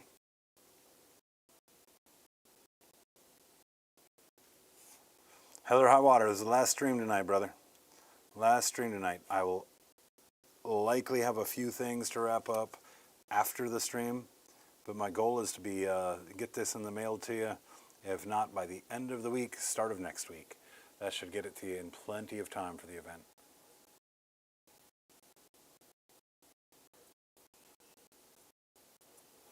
Okay, so what we've done is we've just set up ourselves. Let's get a little focus in here. We've just set ourselves up a nice value sketch on it. Is basically like what our goal is here. You get some nice deep darks, you get some nice bright highlights, mid-tones in between that shift from one to the other. We're going to go ahead and just highlight a couple of the spots on the bottom here. Again, just the most raised spots. We just want to make sure that all of the shapes that have been sculpted in here, all the little pits, all the different raised edges, right? We just want to make sure that they're visible from a distance.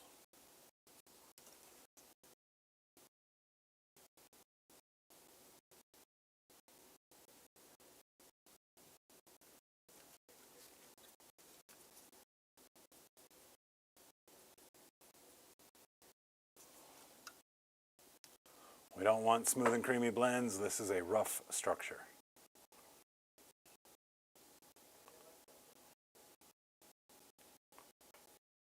Okay, off to a good start. Handle's off to a good start too. Let's go ahead and clean the paint out of the dry brush here so we can set it down. We're going to go ahead and drop our wash on the ropes. The ropeses. And of course that's that necrosis green we just spoke about that I already put on the palette, but I'll put a little bit more.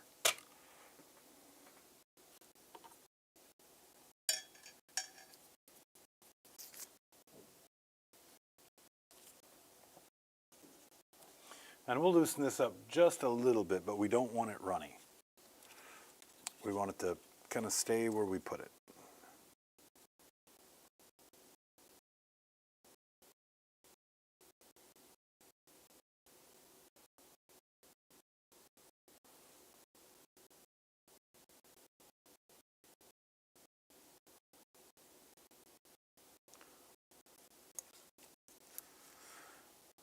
And if you don't have something like this, something like a plague bear's flesh, watered down becomes a pretty nice substitute for this step here as well. It has a little bit more green on it, a little bit more vibrant in that right. This has got a bit more of like a camo sort of vibe than like something, you know, putrid and necrotic like the name would suggest. Plague bears is much more putrid.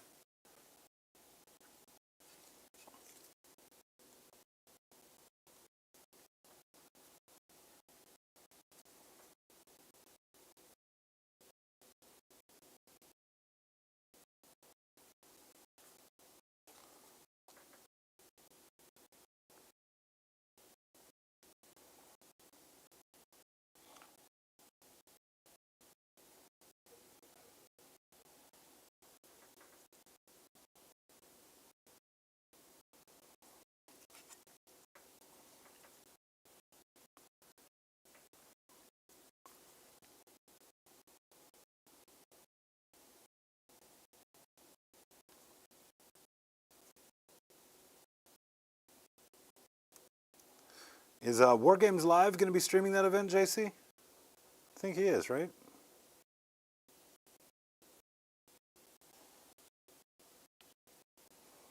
I've also seen in the past where he's done charity events and basically donated the proceeds of his stream to that charity event. It's pretty cool of Joe, man. Pretty cool of Joe. You know, obviously, if he doesn't do that, I mean, the guy's got to make some money to keep his whole business model on the move. You know what I mean? Like, so I definitely don't expect him to just show up in pro bono every charity event out there. Much like, you know, here in the studio, we're not able to jump at every charity event that comes up for us either. We kind of have to pick and choose which ones we can do that for.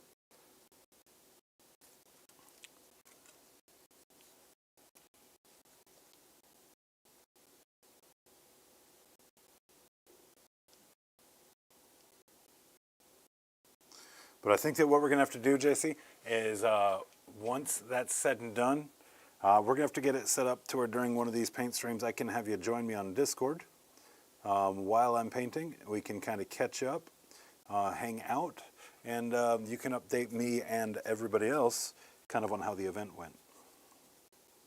So I'm going to take some of this extra green and I'm going to drop it into some of the recesses on like this carved wood handle here. This is like the inside of the tree. and they whittled out a cute little shape on it.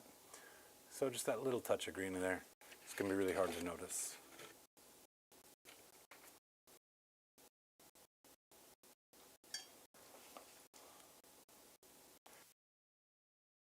Joe is driving a U-Haul now.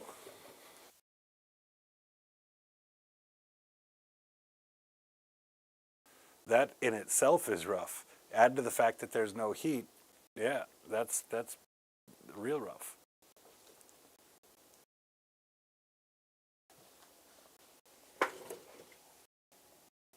Okay, let's get in here with this guy. You know how I like getting a love one of my favorite brushes here, Senior Alligator Clip. Grab ourselves just a little piece of foam so we can start getting some other subtle little color dynamics going on in there. Like we're going to take a little bit of this tan, that's the highlight color. And I'm just going to start speckling little bits of it on the stone in various places. This is going to have us glaze over top of it to kind of smooth the transition and everything, but again, what we want is rough. And so the places where it's super pitted, we're going to add this around there especially.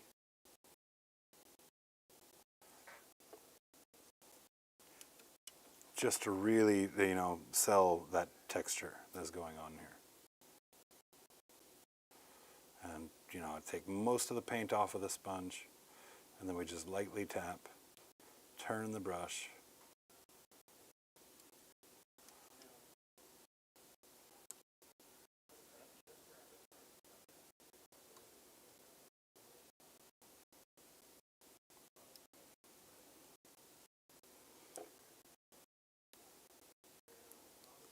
So like the back here, you can see like it's all super pitted down in here.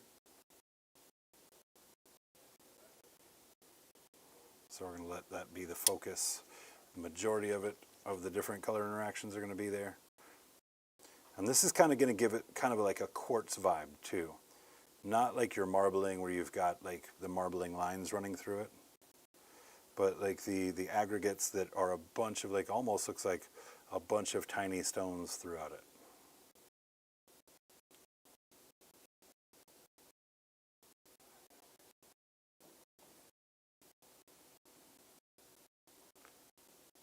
Back in the paint, back to dabbing it off.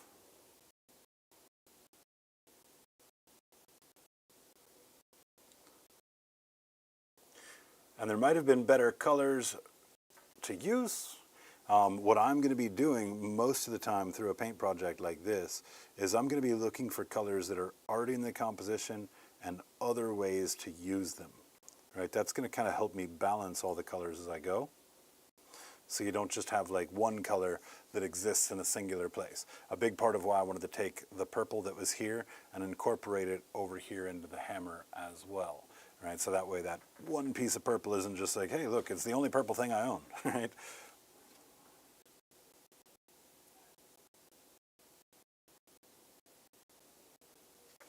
All right, now we're going to take a little bit of this, it's almost a peanut butter orange. It's the darkest color that is in the wood on the mallet. We're going to do the same thing.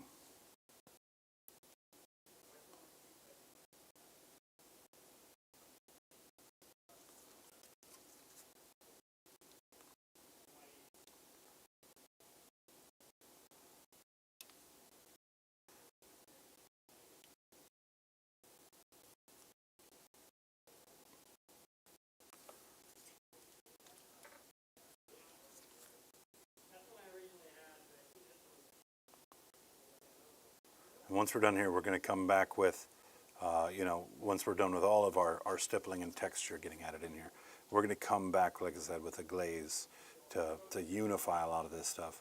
But then we're also going to be, you know, probably taking that dry brush again and pronouncing some of these edges a bit more. You can see this is washing out some of those edges. Now I could have waited and done that brightest dry brush at the very end, but I wanted some of that underneath as well as on top. Why, you ask me? I don't know. Just seemed like a good idea at the time.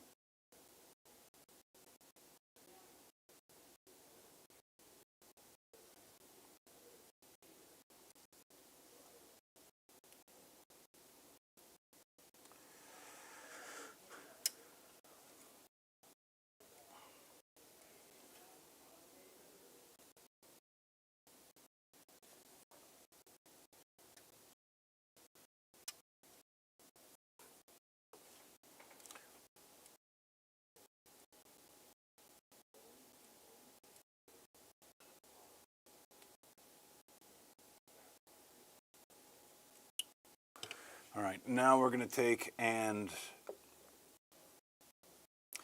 go with a green. I want to cook some green in there, but I don't want something terribly vibrant. Just something that gives me, you know, a touch of green. And it might be a situation where maybe I use that green wash.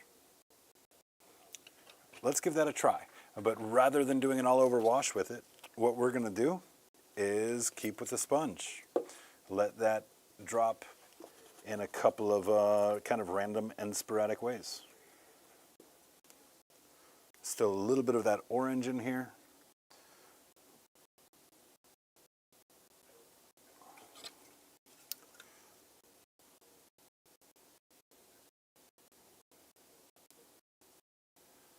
Big thing is we just want to dirty this up. Like I said, give nice color dynamics inside of it so it's not just like a gray stone. That'd be pretty boring.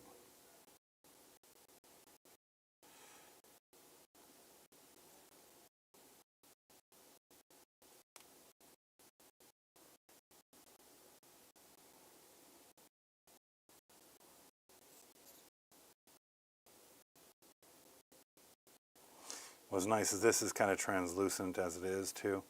It is picking up some of the orange that was in the sponge.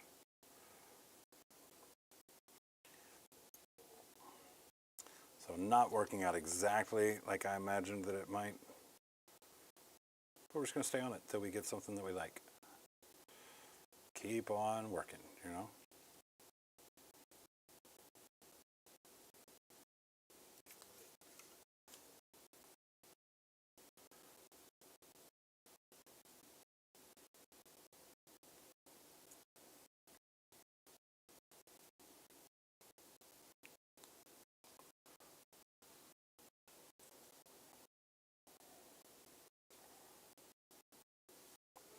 All right, let's let that dry down for a moment, and then let's see what our pass with the dry brush looks like to redefine those shapes. See if we like that there, or if we need to do a little bit more with it. I imagine we're going to need to do a little bit more with it.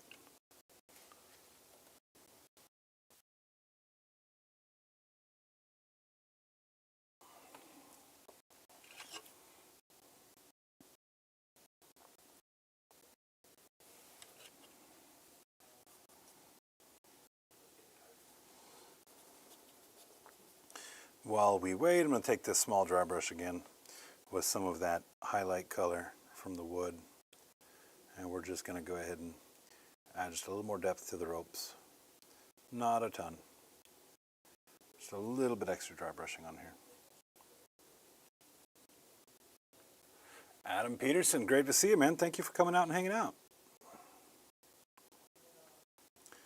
Adam Peterson's another very talented artist himself. He keeps dropping absolute bangers in that hobby chat on our Discord. So really great to have you a part of the community, man.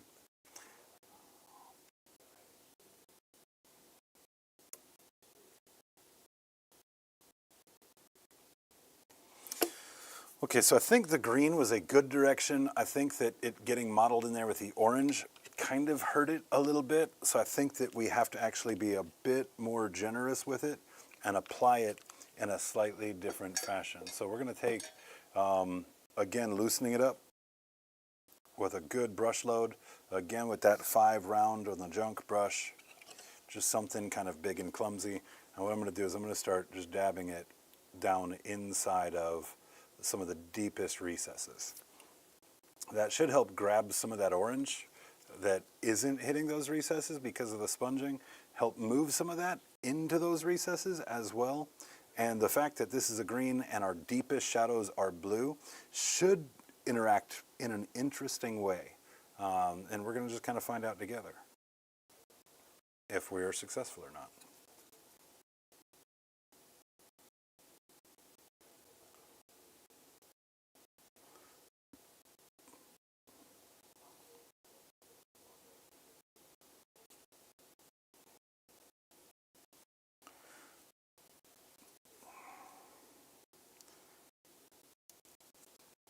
I mean, it definitely looks like something that has been under the effect of weather for quite some time, doesn't it?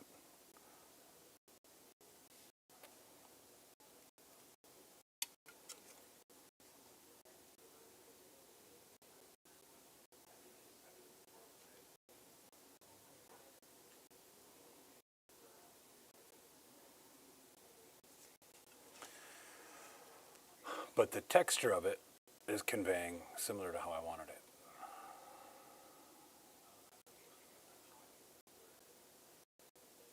Of course, the shine is going to kind of interfere with it.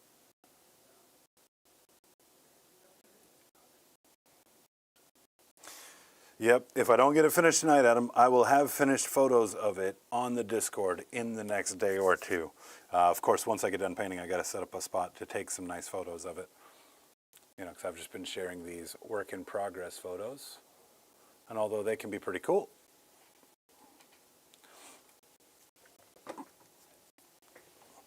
All right, I'm going to go ahead and mute while I do a little blow drying.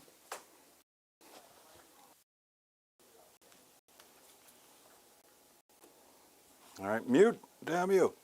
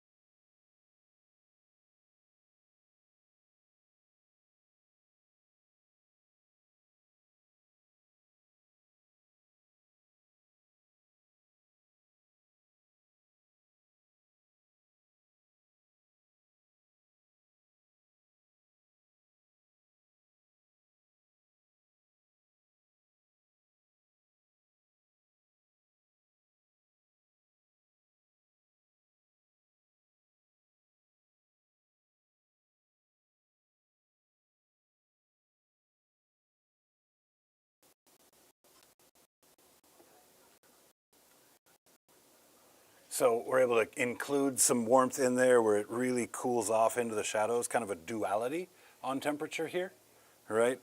And the other thing I want to consider is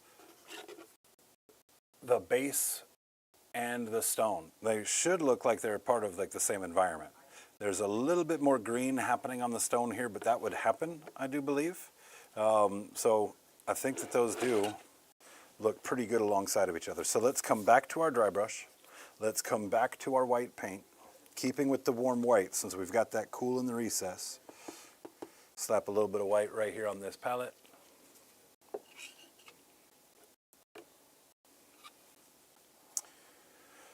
Hydrate them bristles.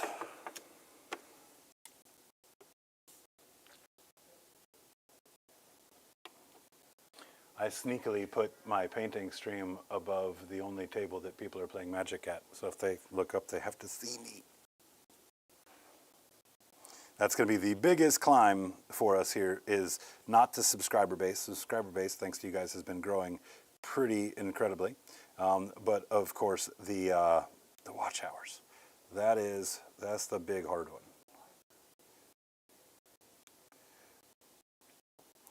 So very, very light on the dry brush here.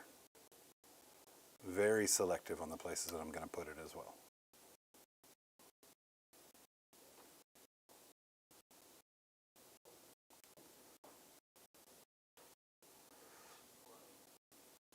Anywhere where I can see like the paint in the splotch that I left on it is a spot that I'm going to make sure I add some white to kind of break that up a little bit as well.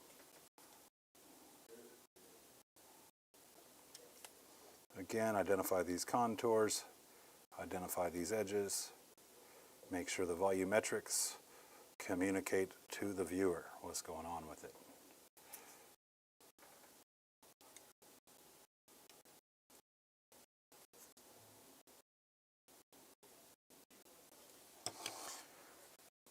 That white went quick.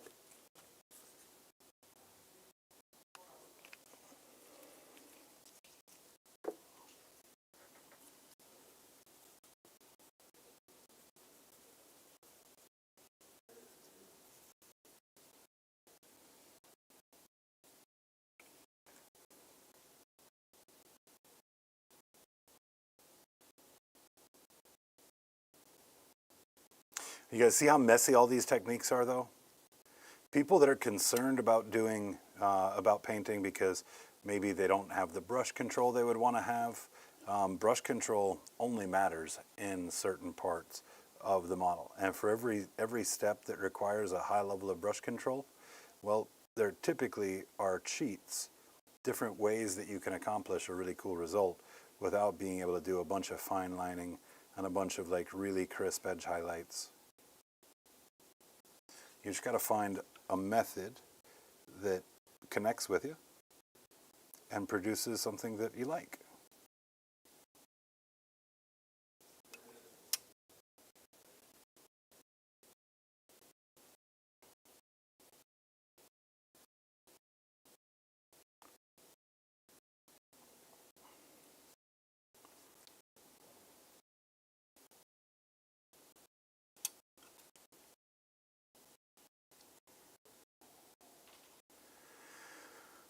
And I don't know how you guys feel, but I feel like this is adding some really nice interest to what could have been pretty boring. Like I said, just like a gray tone, just a gray tone rock on top of this handle.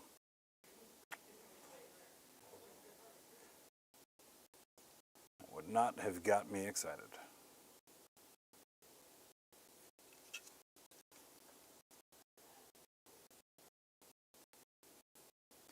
It's got almost like a sandstone sort of vibe going on with it.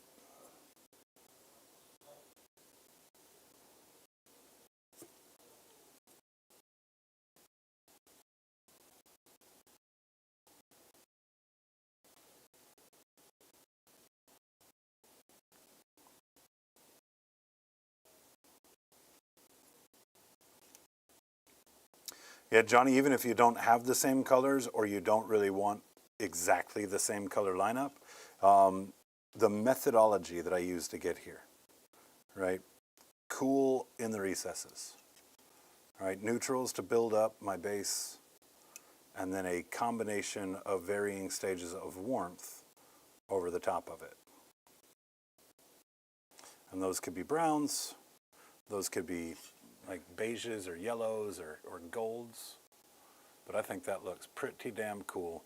And I think that we'll likely get some pigment on here as well. Give it that nice dusty, dirty look. But let's get a nice close-up on it.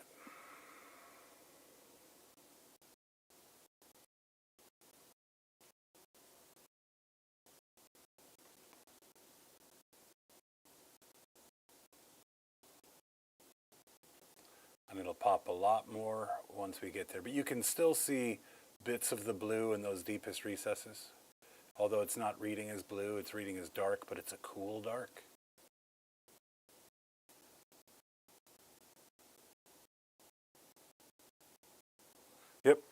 Yep, I think that's a pretty good. That's a pretty good indeed. I do imagine we're going to come back with another filter pass as well. I think I'm going to paint that shield purple too. The little add-on bit here. I think we're going to paint that purple. That way it'll be purple, purple, purple, like, you know, kind of following around the composition all the way.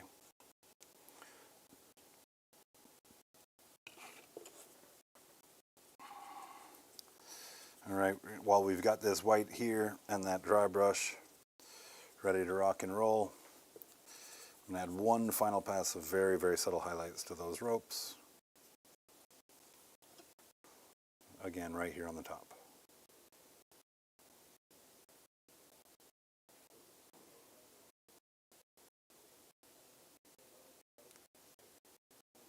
Anybody watch those Yellowstone shows? I watched the very first one, the 18 something, and then of course I watched the original show, Kevin Costner and all them. But I've been watching, I think it's called 1923, and it's good, guys. It is good.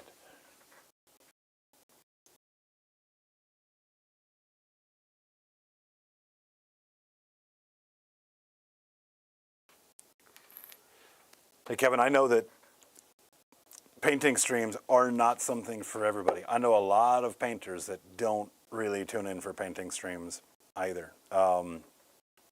This is, in many ways, kind of filling the hole until I can get good enough with video editing to really start doing some good pre-recorded videos. That's where I would like to be eventually. But I don't want to just continue to sit around and wait until I have that skill set. I want to get on here. I want to be sharing the stuff that I'm doing. I want to be hanging out with, you know, a couple new people I've met through this stream, but also all of you guys. You look at the chat, you guys, these are all Cave Rep people here in chat, right? So another opportunity to hang out with you guys each week is also very valuable. Now, there might come a time once I've got my editing where it needs to be that, you know, I do start maybe only do one of these a week and then have the other day to gather footage for pre-recorded stuff. But yeah, in the meantime, we're here to hang out. We're here to hang out, and I appreciate you guys being here. Yeah, we're going to do purple and gold on this shield here.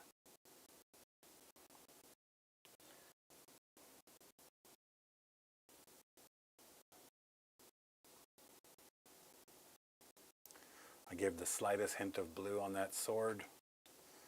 Wanted that to be really cold steel.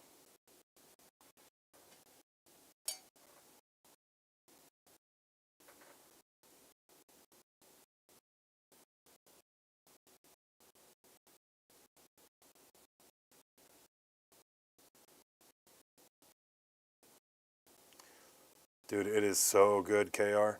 It is so good. Like, I just put it on because I was like, all right, well, what's the next thing to watch while I'm doing my work at the desk? And I always know when a show is good when I have to turn it off because it's distracting me from the work I need to do.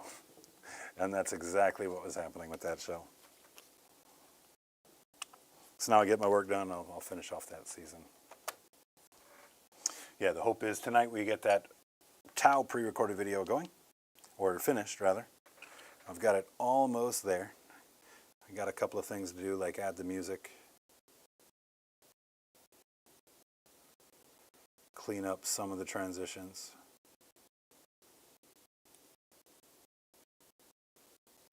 But all in all, I'm pretty happy with how that pre-recording is going. So that's teaching me a lot of the technical skills through the editing software that I need to master. And then the next step to like really be able to realize the pre-recorded art videos is the structure of capturing that on video. So, you know, the different painting techniques, making sure I've got footage of those different painting techniques that's high quality and not out of focus or disappearing off the screen like many of these live painting sessions get.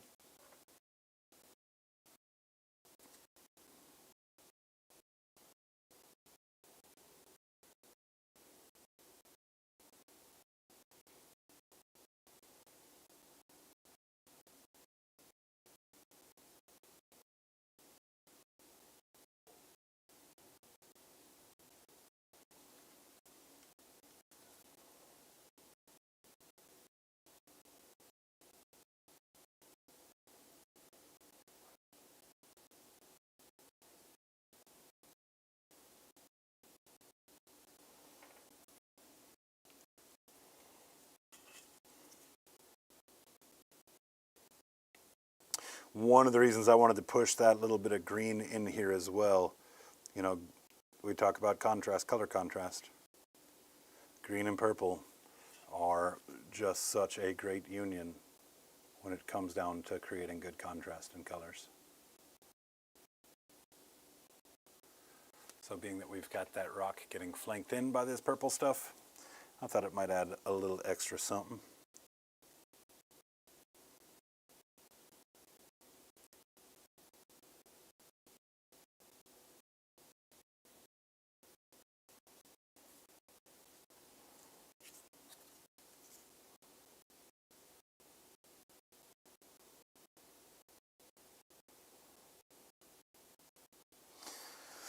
And I think that once we've got everything fully painted, I think we're going to go back to that, I believe it was episode 3.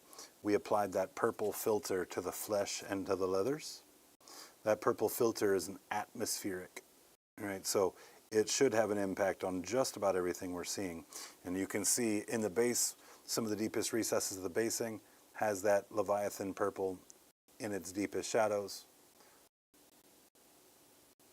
So I think that once the entire model is complete, doing a quick pass of really enhancing all those shadows with that filter will take some of the things like these guys here have a different level of vibrancy from just about everything else around them, right? This got a purple filter underneath.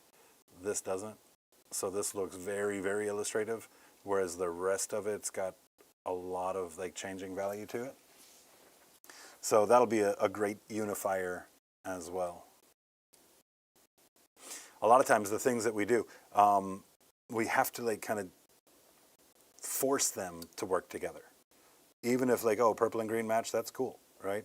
But how does that piece match every other piece on the model? Having an atmospheric to turn to bring everything together, you know, it really sells it. So something I can already tell you for sure. It's not even an I assume or I think. I mean, it's something that we're going to be doing for certain.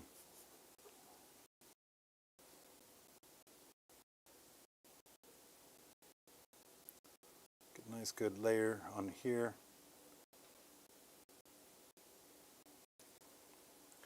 Excellent.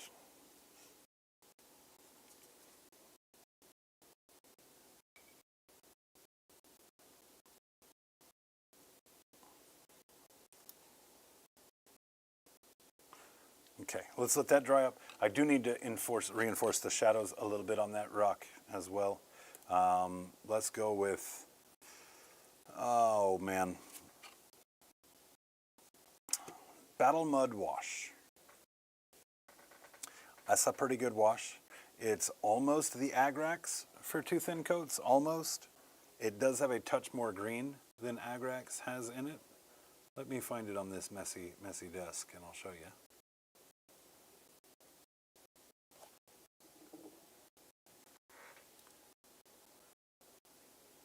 So you can see just that little hint of green in there. But it is a fair bit darker. It's not as dark as I want though. So here's what I'm going to do. I'm going to do something a little wacky. And we're going to take a touch of this Leviathan blue, that very dark blue that we first base coated with. We're going to mix that into that Battle Mud Wash. We're going to loosen that Battle Mud Wash up.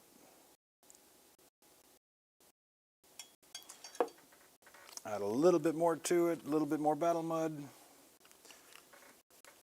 Let's see, can you see here what we're working on? Right here.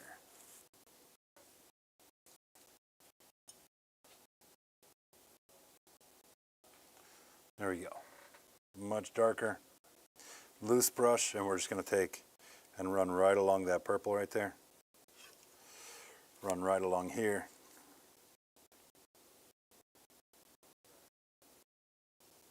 Just make sure the shadows where it connects with those bands are very clearly defined.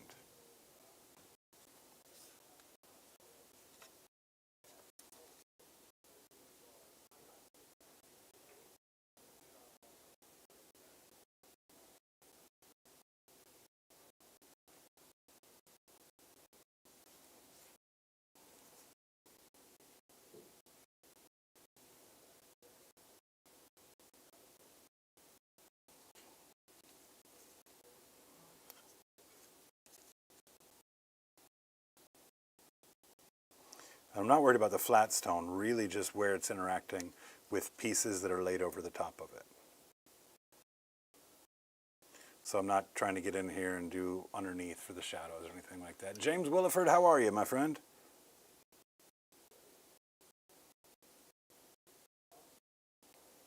Definitely appreciate that.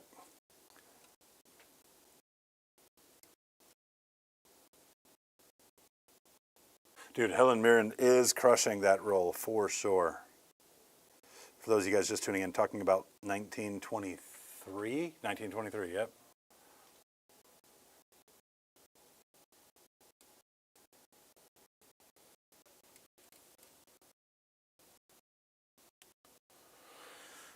All right, let's start doing some blending on those purples now.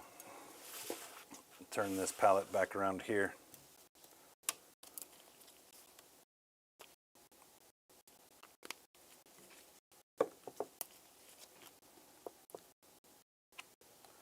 Take a little of this. We're going to take a little of this.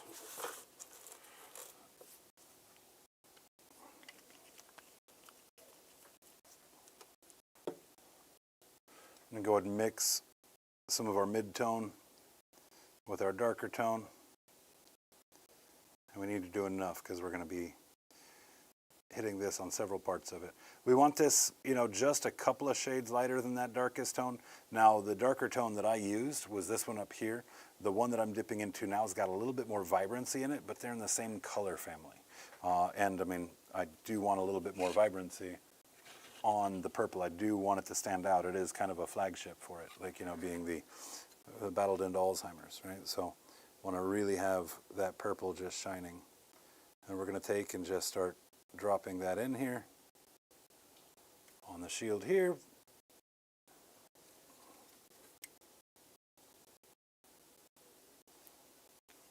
Before I start on the cloth work has to be a bit smoother, so I just wanted to check those tones there.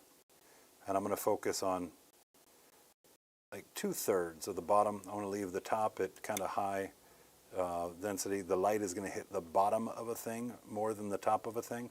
It's one of those like not very intuitive things you have to pay attention to, right? But the way that light's going to reflect it as it's coming down from here is not going to light that top surface. It's going to light right here.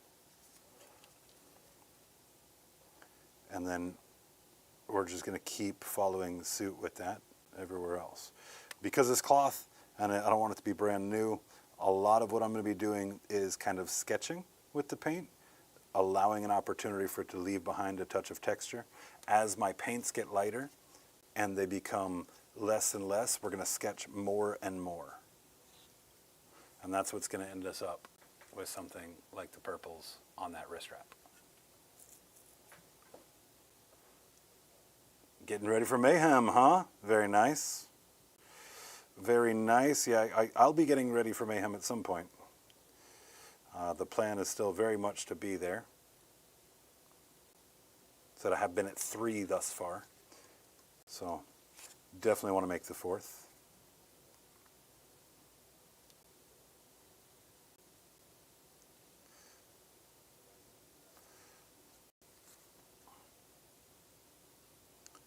I know we got a few goblins that are definitely going to be out there as well.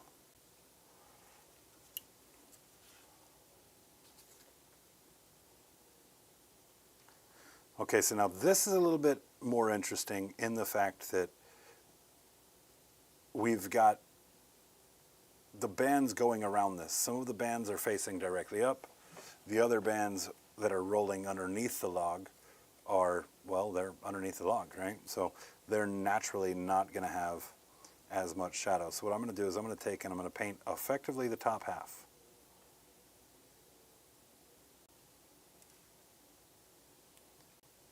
Trying not to go all the way to the edge where there's an overlap. I do see there are a couple of holidays on the purple here.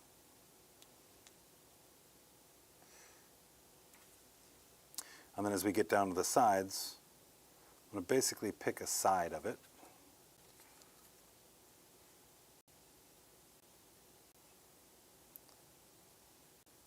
And paint one side of it rather than the full width of it.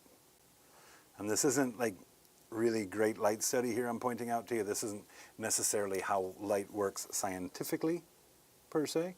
But what we want to do is create interest with it. And again, this is an illustrative piece, so bright colors. Let's go into a little bit more mixing. Some of that mid-tone. Soften it up just a little bit. Take our paint water, loosen it up a little bit.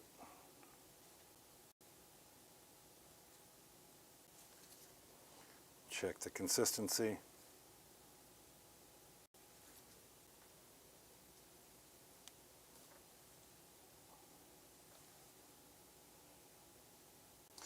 We're going to go ahead and just jump right into some of that magenta as well.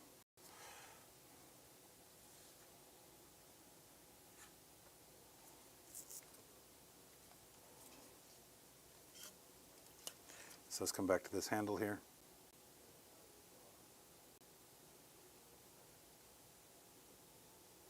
Now, I'm going to do this primarily on the top and on just pieces of the sides. I want to cover a little bit less than we did on the last pass.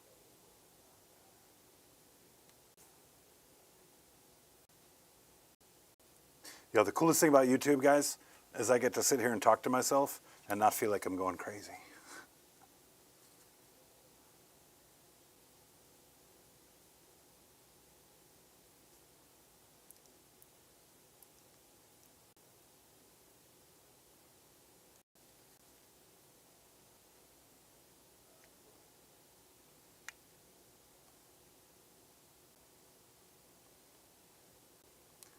And again, we just want to make sure we're leaving plenty of purple, of the darker purple, visible once we start hitting the sides of it. And then some of the places that we can identify where there's maybe a rip or a fold or something along those lines, we're going to be drawing more attention to those as we continue to lighten up all the way to the point where we start getting our edge highlights done.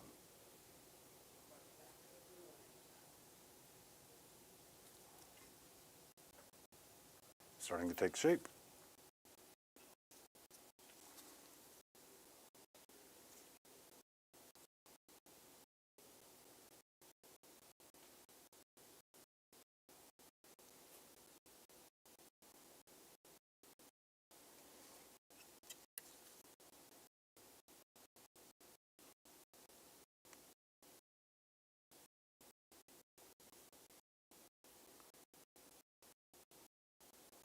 And so that's kind of what we're doing here. We're doing kind of a preemptive edge highlight and taking this opportunity to work some texture in here.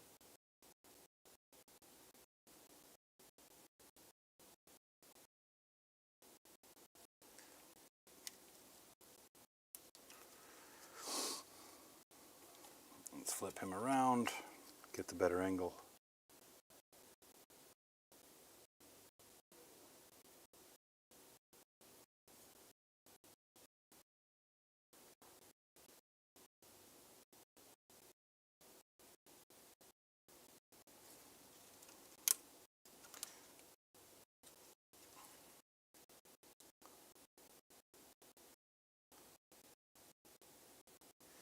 Coming back to the first bit and really taking that upward facing stuff and really letting this magenta really start to build up its opacity.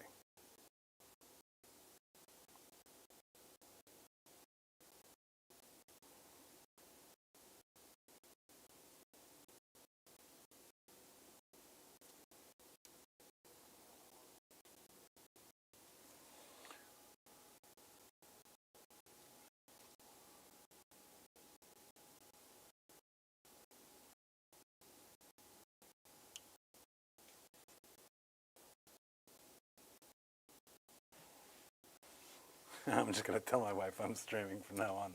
Yeah, like put a headset on, make it look legit, you know. Let's catch up on chat. I see you guys have actually, I'm sitting here talking to myself and just ignoring you guys. Isn't that some shit?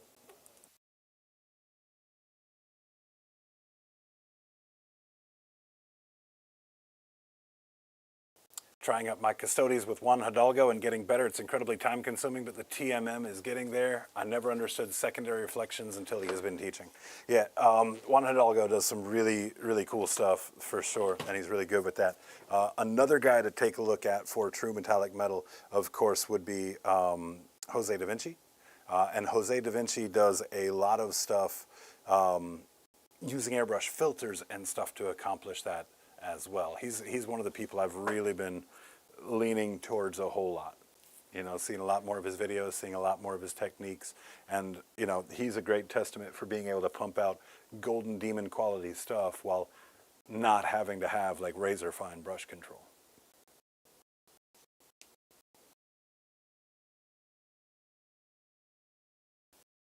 Gibraltar is your holy grail? All right, that should be cool, man. That could be cool for sure.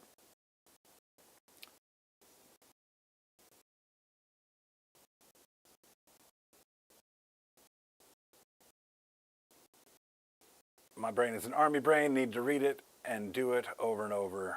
But 10 minutes.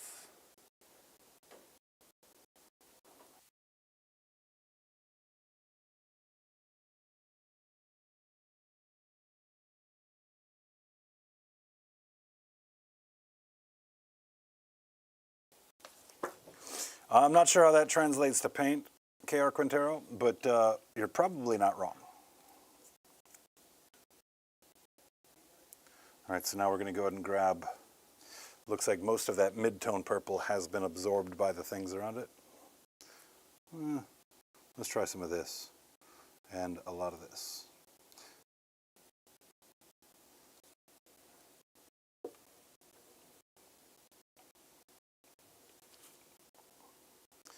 Again, we don't want completely opaque, which is why we're loosening up the paint just a bit.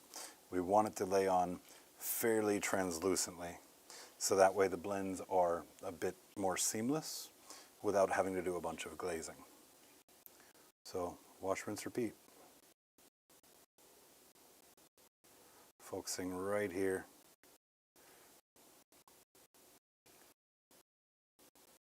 A series of lines as that texture is starting to develop.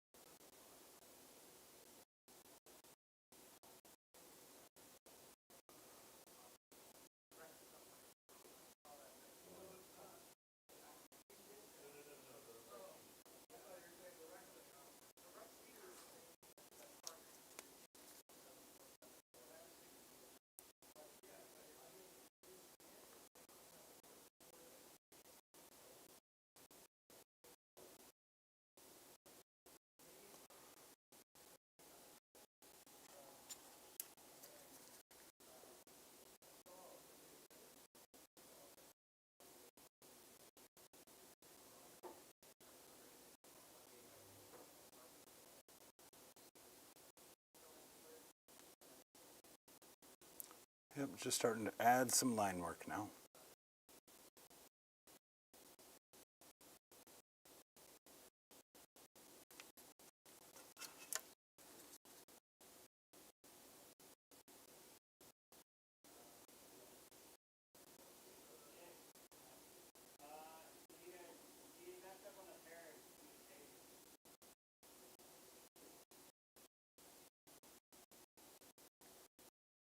Are you guys hearing anything out of the shop in the background? Or is it all too far away? What's going on, Shoelace? How are you?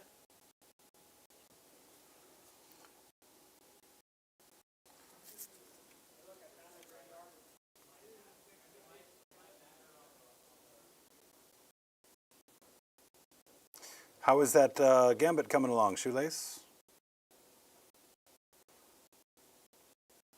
He is also working on some Marvel Crisis Protocol. We got to sit down in the shop here, talk about a couple little painting techniques the other day. It's very, very nice.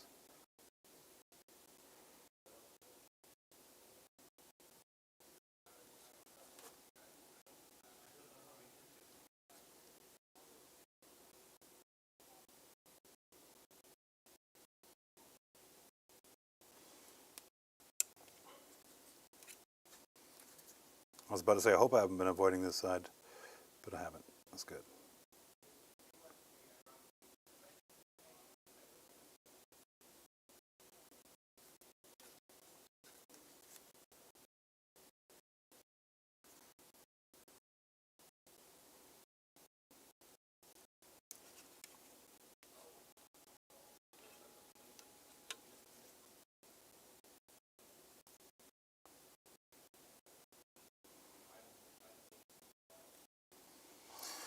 Okay, let's start getting into this pure magenta. And let's start adding some edge highlights now.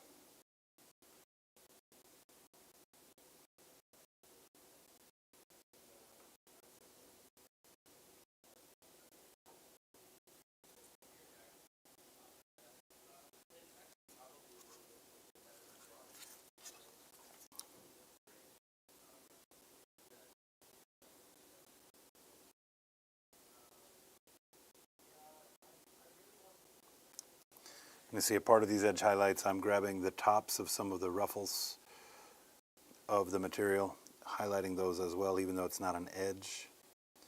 It is something we want to draw attention to. And if we work your colors up pretty slowly, then the transitions and those should be pretty subtle.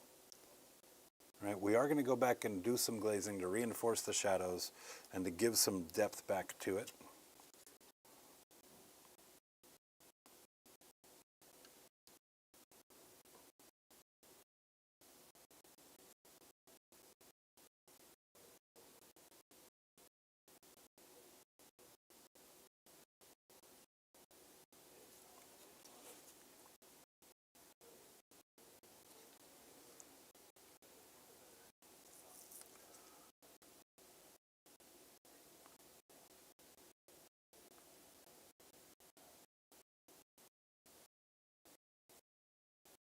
Getting static feedback? Are you still getting static feedback?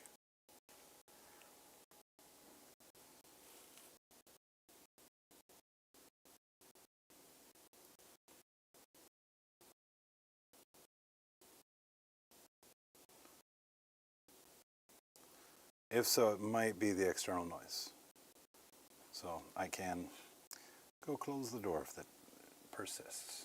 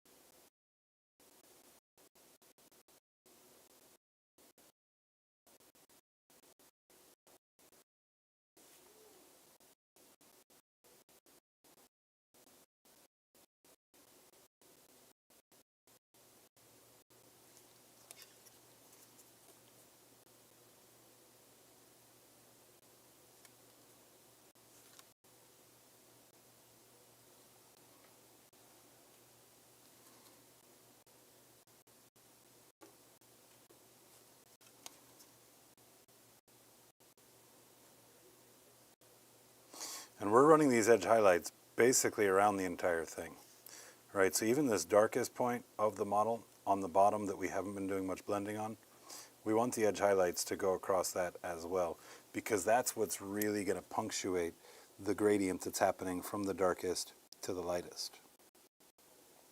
And it saves us a whole lot of time of having to blend a bunch of colors on the bottom as well.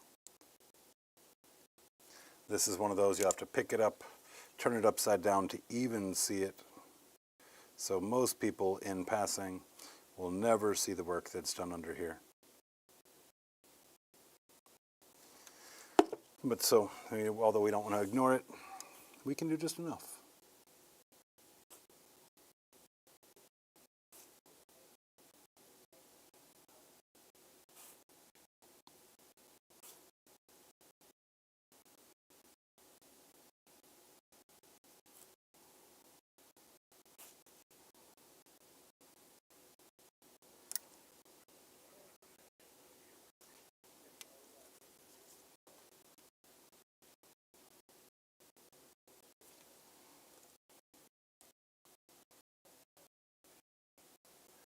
Which episode was the leather? I believe the leather was episode 2, and it should say leathers on the thumbnail, but I believe that was episode 2, and then I believe episode 3 is where we applied our filters.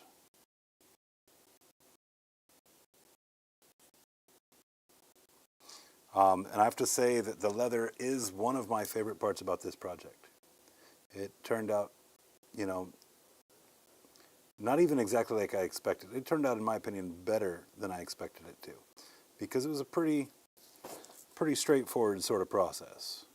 Now, I will tell you that if you watch the video for the leathers, I did the bulk of the leather painting off camera in between streams.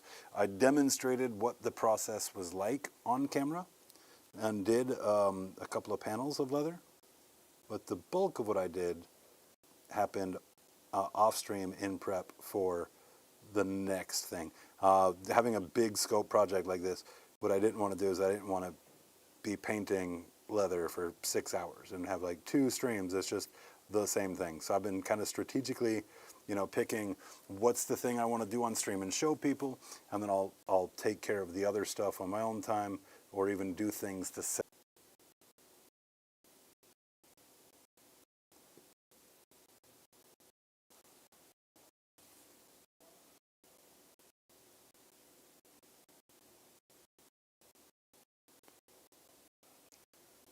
All right, we've got a lot of our edge highlighting done. Now I'm just adding random highlights, all running the length of the leather, right? So kind of following the edges.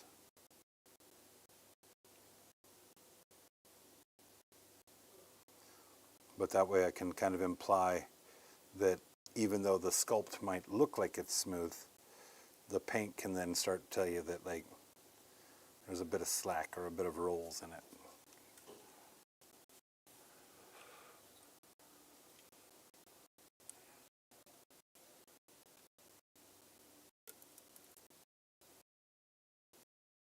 There are so many little fiddly bits on here.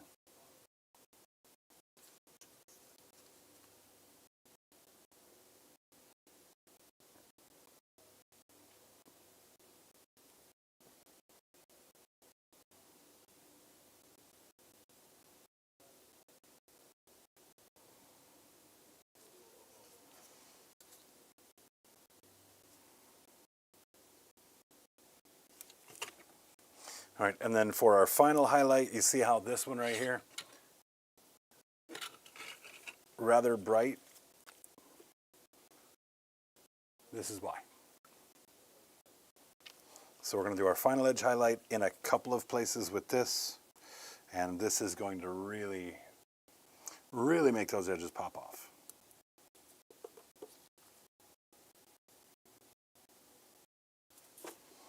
How's that paint coming out?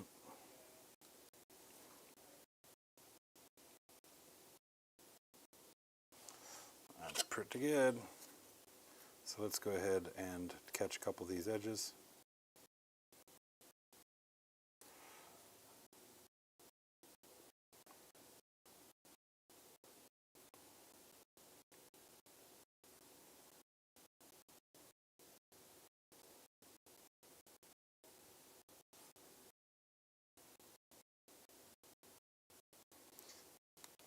So if you're not painting an illustrative style, aka somewhat cartoony, you don't want to have like this big of a jump.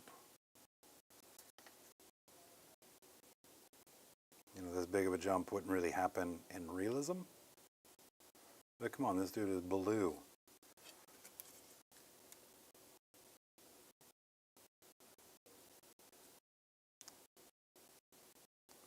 We left realism behind a while ago.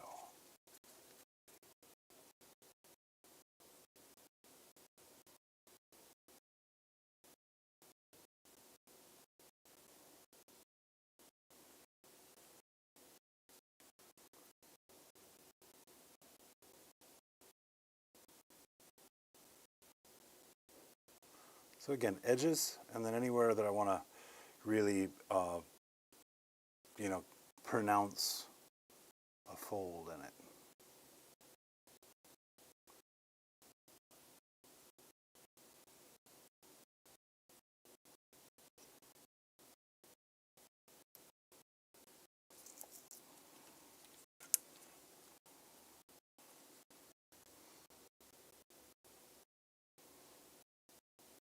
Edge highlighting, you should always check your paint on a surface. You see, I like to use my hand, but every time you put paint on your brush, double check it, right? Before you go straight to the model with it, double check the consistency, make sure it's the way you want to work with it. Because this is one of the frustrating parts when you mess up something on an edge highlight after you've been doing all this blending, and there's just nothing to be done about it.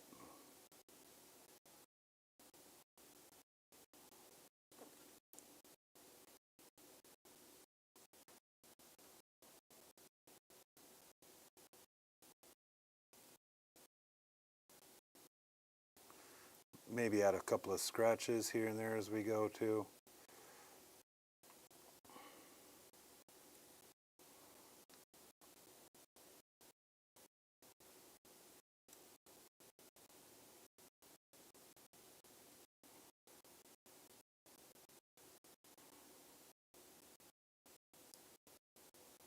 So, I see James getting ready for Mayhem. What's everybody else's next big event they're going to? JC's got that Battle to End Alzheimer's right around the corner. What's on everybody's travel calendar?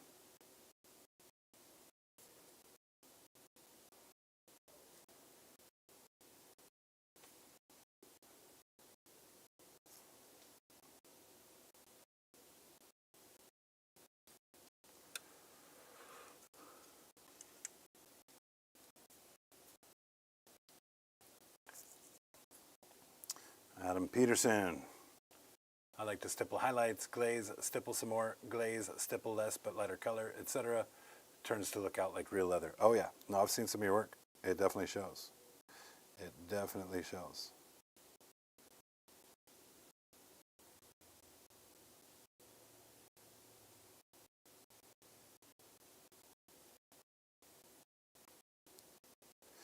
Stippling is a great technique to have in your toolbox too.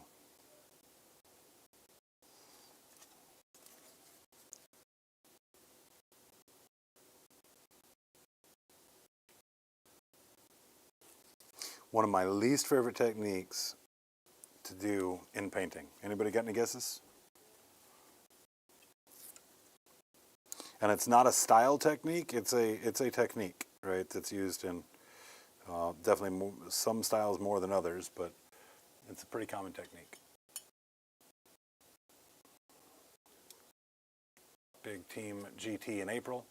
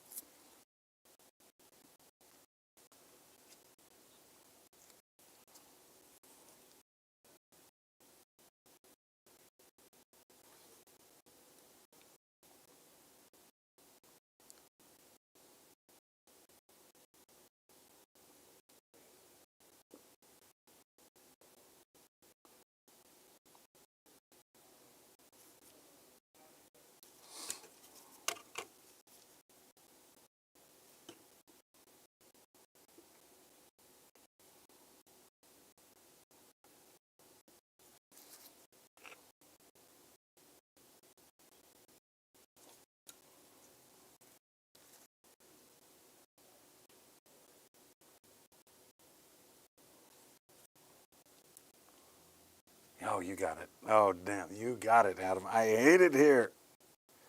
My least favorite thing to do on a model. I've, painted faux realism across the bulk of my history painting has been faux realism, and really, there's not any place for edge highlighting in faux realism. Which you have to think that that's probably by design on why I painted everything that way, right? Is simply because edge highlighting is one of the most challenging things for a new painter to really get the hang of. And new painter, not just the first time I picked up a brush, but I'm talking about a painter who's been painting a while in a certain style, like myself. Well, that style that I've been painting in hasn't prepared me for edge highlighting either, right? So in terms of that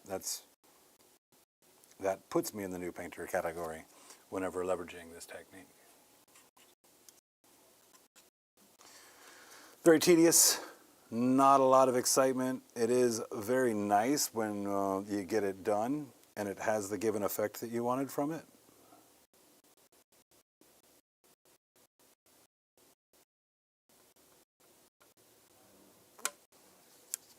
But it's definitely not a real good time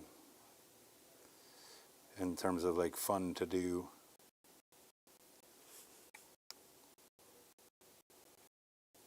And then my Gob Ross counterpart, Cryface, that's his jam, right?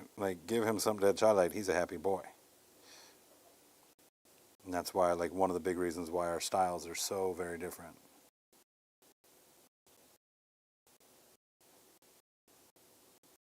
he has been painting up, like I said, those Marvel Crisis Protocol. If you haven't seen some of those, I would go check them out. He's been getting used to the camera and hasn't had as much time to practice in front of the camera as I have. So as much as I slip off stream and don't catch the stuff that I'm trying to show you guys, he does it a bit more frequently, but give him time. He will get it figured out. And he is a beautiful painter, dude. I, a few years ago, taught him everything I knew about miniature painting. He comes from an artist background. That's what he's done for a living in the digital world for a while. Well, I say a while, but how old is he? In his 40s. So, for a long time. And so a lot of it just kind of translated very easy for him, right? He just had to figure out the technique he needed to use, and then bada bing, bada boom, he's, you know, painting circles around me in that particular style. So a lot of the stuff I'm doing in this video series, and we were actually talking about it today or yesterday when he came in to set up for Wake and Make. A lot of the stuff that I'm doing in this series is, you know, kind of replicating a lot of stuff that he's done in terms of technique wise, and a lot of the stuff that he's been moving towards is a lot of my style of paint. So it's really cool. I talk about like the benefit of having like a hobby partner or having like a little group that people can like share feedback and do all that kind of stuff with. And the biggest value of that is not just like, hey, they can tell you when something works or doesn't work, but just sheer exposure, you know, can help inform your future paint styles. And so to see each other, us rubbing off on each other, don't take that out of context. Well, it's just a really cool process.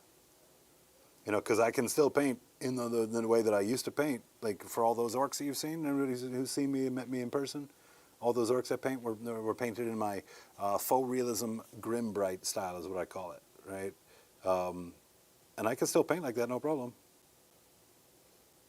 But now I do find I'm doing more stuff that does push the envelope a bit further. So how's that purple looking? Pretty good start? Pretty good start, kind of regal. Once we get in there and pump those shadows up, it'll be very nice, I think. In the meantime, I got to go ahead and get this shield in the front cut up.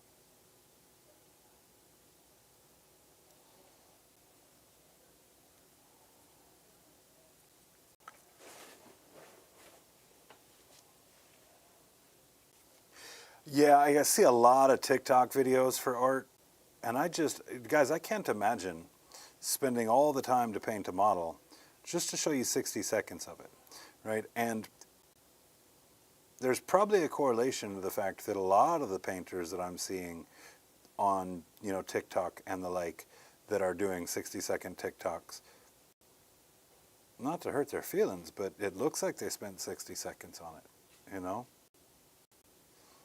And what I don't want to do is get caught up in a loop where I just have to do something just to get the content out there, and not be able to like really be proud of like what I've accomplished. You know what I mean? I want to take the extra time when I need to take the extra time.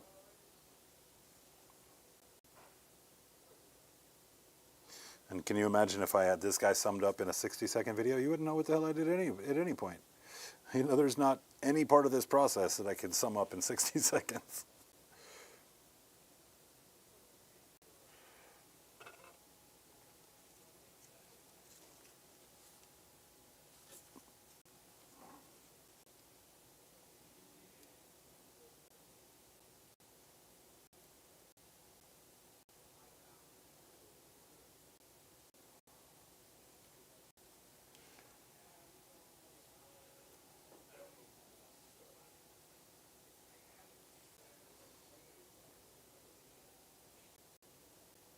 Little wet blending here, just to kind of speed that along.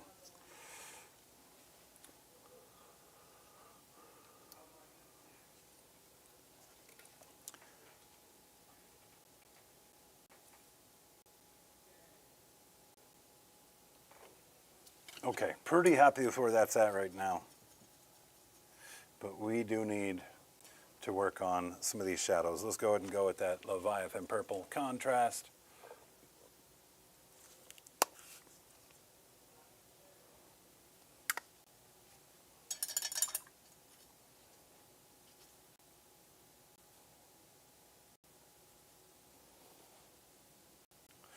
Want to loosen this up a good bit, knock that opacity down. These jokers are very high pigmented paint. That's what makes a contrast work. And then we're just going to come in here and just start dropping this, kind of like we did at that hammerhead, in the recesses that are running adjacent to the highlights. Depending on how it fits, we'll then come back and darken up certain parts of the inside of the bindings as well.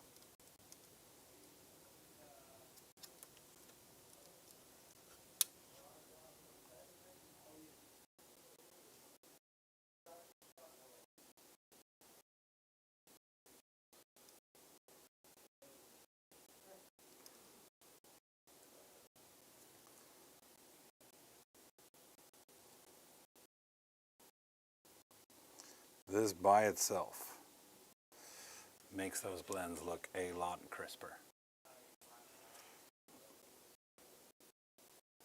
Just identifying the separation from one overlap piece to another goes a long way.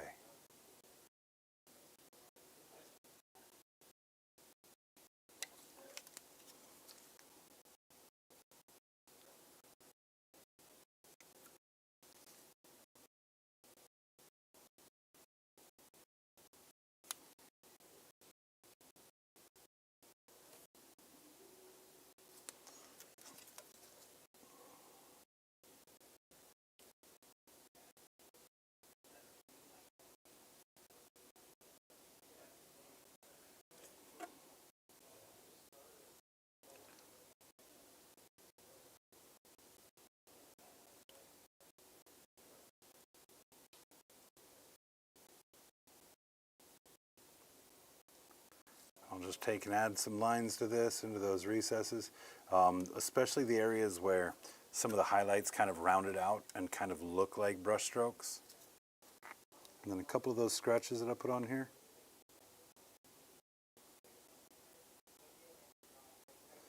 Drop a little shadow on those too.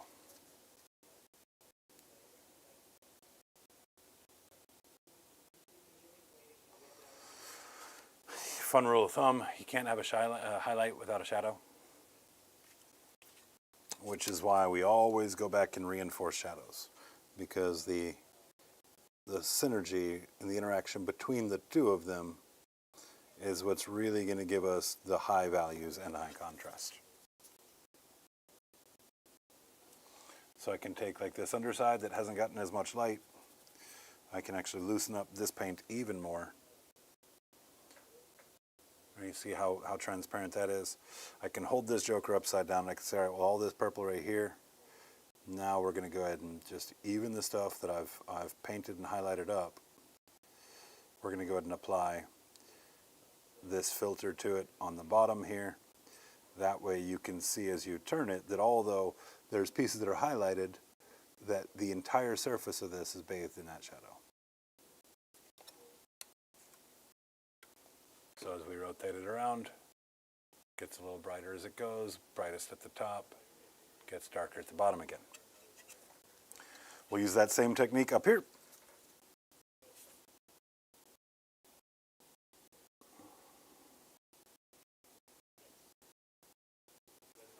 And then we talked about on these panels here, we put the light on the bottom and not the top. So I'm just going to take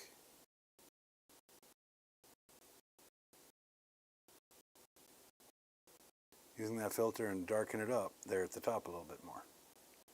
Same thing here. and as darkening, but again, we're darkening while adding vibrancy. We're not just adding a black or a dark brown. We're adding a vibrant color that's going to, kind of convey.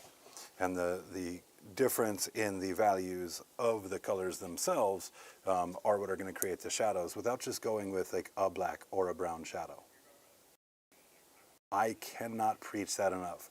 Throw away your Nuln Oil. Throw away your Agrax Earthshade. If you need Agrax, well, you probably do better using like a flesh tone, right? Get a little red in there. Get a little orange in there. If you need Nuln Oil, get a really dark blue. Get a really dark purple. Add some actual vibrancy.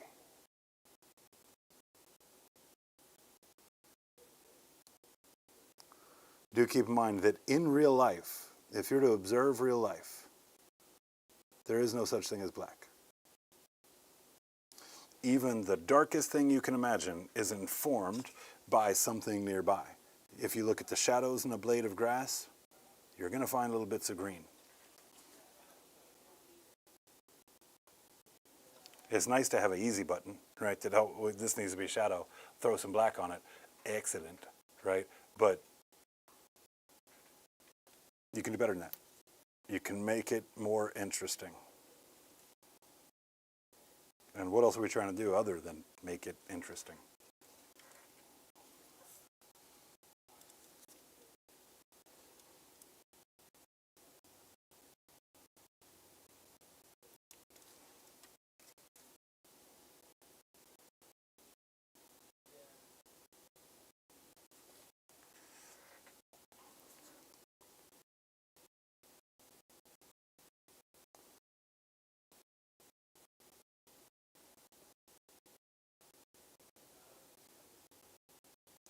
It's really going to push the shadows here.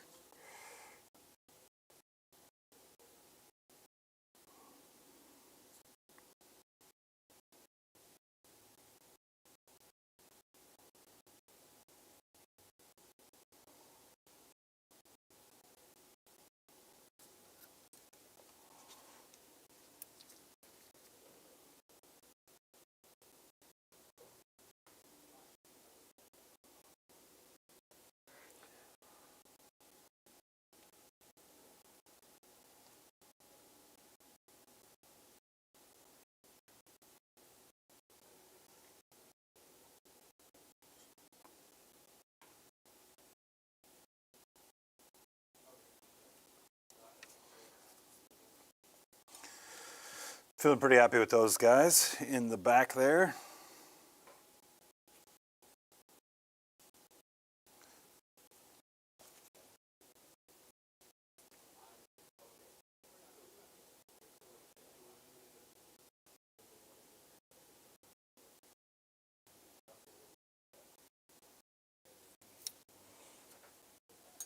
That shield's going to take the longest because I just keep touching it with one part and then I'll come back to it.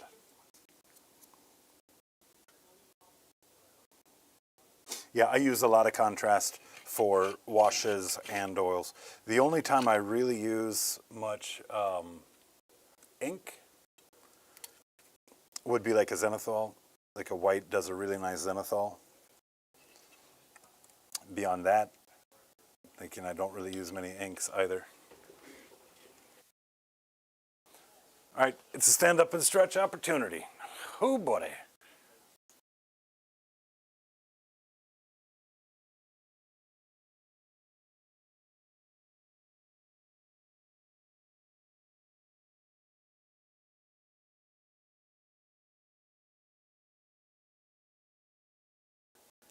Welcome back, JC. Yeah, I use oils plenty. There's all kinds of really cool ways to use oils. You hear me talking about filters. You know, oils a lot of times are used as a filter. You know, the traditional, panel lining or, grunging something out for that grimdark effect. Those are all very cool techniques as well. But I've got, and maybe I'll make a video about it at some point. We did a test model for Death Guard. And that Death Guard model was a bunch of pastel pinks and purples, right? And like very, very soft, very pastel, right? Once we were done with that, it was like a My Little Pony marine, or like, you know, looked like it belonged on a cupcake for a girl's birthday party or something. And then we covered it in the traditional streaking grime that's got touches of yellow, touches of green in it. We covered it in the streaking grime after doing a matte coat. Right? When we cleared off the streaking grime, the color interaction of the streaking grime with the pinks and the purples actually shifted the whole model into being like pretty Codex compliant Death Guard. You know what I mean? Like a really, really interesting Death Guard color of that like kind of Death Guard green. And it was just a test that we were like, yeah, I wonder what happens if. Right? And that was one of my first ventures into starting to play around with filters. And you know, it was such an odd result. I'll have to share it. I'll have to drop a photo in the Discord to show you guys what I was talking about. I've got a side-by-side of the pre-wash, post-wash. Hey, Ms. Natalie, how are you?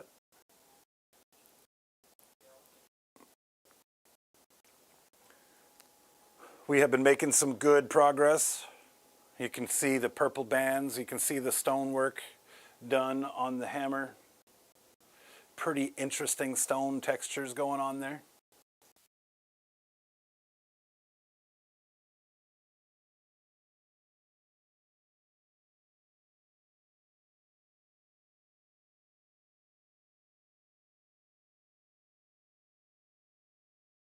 Yeah, we got to knock out some metallics. I'm thinking copper for those bands that are holding the rock onto the staff. We got to work those out. I've got to highlight that tree trunk a little bit with the whites around the cracked bark. And then we've got to get this face done. So still a lot to do tonight. I am going to be going a little bit late, probably doing another hour, hour and a half from where we're at right here. And that should get me to that 99% mark where I've just got a couple of touch-ups before I can do our little photo shoot and go from there. But I am chomping at the bit to get him on the base, get the snow added, get everything all married together. I'm super, super excited for it.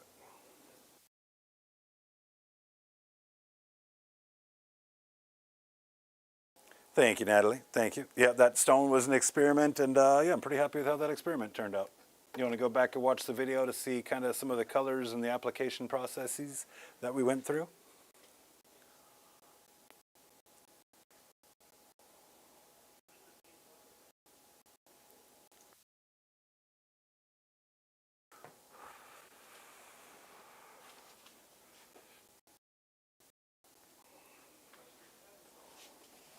Okay, ready to get back to work.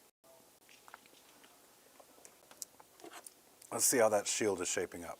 That shield's shaping up pretty good. Shaping up pretty good indeed.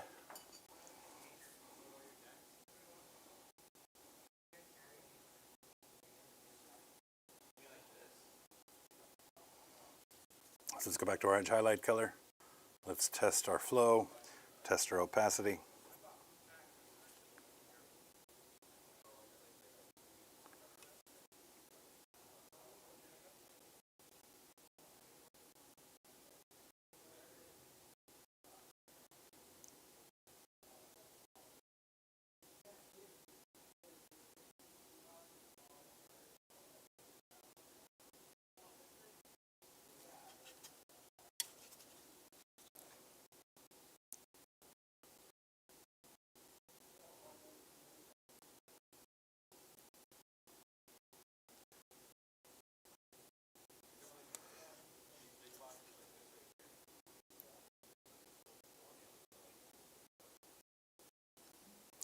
I love it when I hear people in the game shop talking about, go to Amazon to buy this. Well, you fucking dickheads.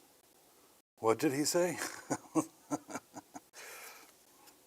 No, it's funny enough is that there are certain things up here at the shop that, you know, we might be able to order for you, but it might be a couple of weeks. And I got a guy coming in looking for a very specific set of sleeves, you know, and you know, look, I mean, I could be like, all right, I'll put in an order, we'll get you all squared away. But the reality is, like, you know, he's probably got a bunch of cards he needs, and that is probably a much better way to just go about fixing that problem right away.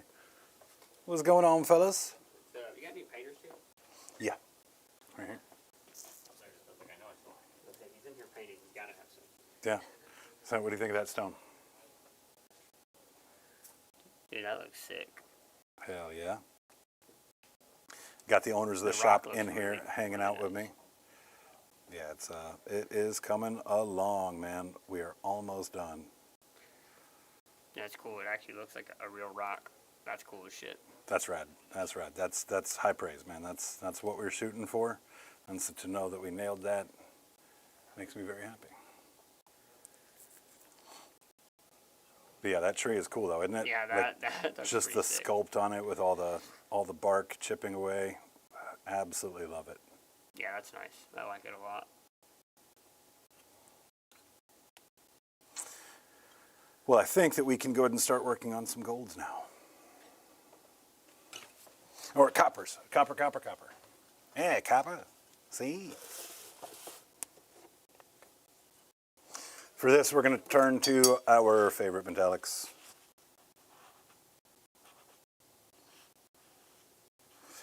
I'm just making sure that my wet palette is dry where I'm going to put it on here.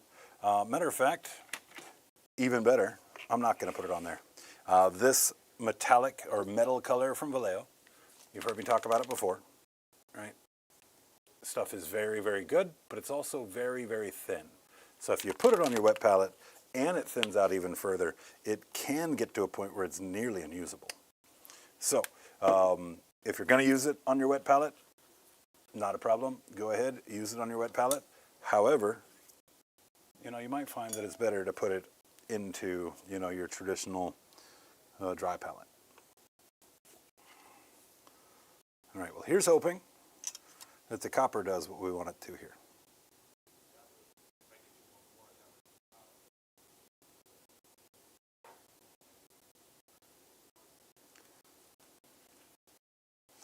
One of the reasons I really like working with copper is purple is an amazing shadow color for copper. There's just something about it that really just makes me happy every time I see it. But do you see the coverage on this stuff?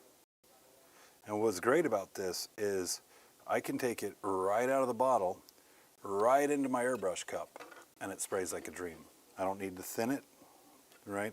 And that benefit is a part of why using it as a brush paint, because it's so thin, can be a bit more challenging, but it also makes it worth it, right? I would rather have a brush paint that I had to be a little bit more careful with than an airbrush paint that I had to overwork to get it to flow through the airbrush.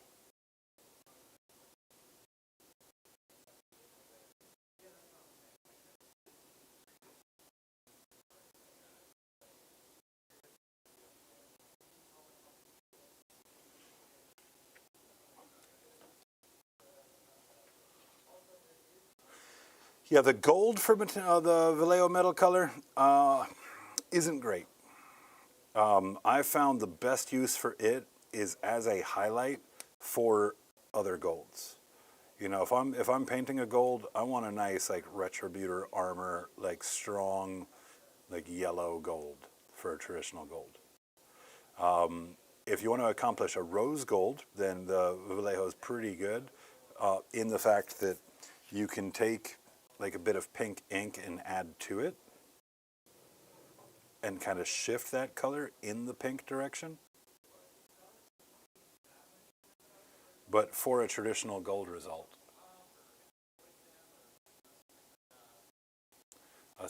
you use a semi-gloss on gold or a satin on gold. Do you mean for the base layer beneath it? Is that what you're talking about?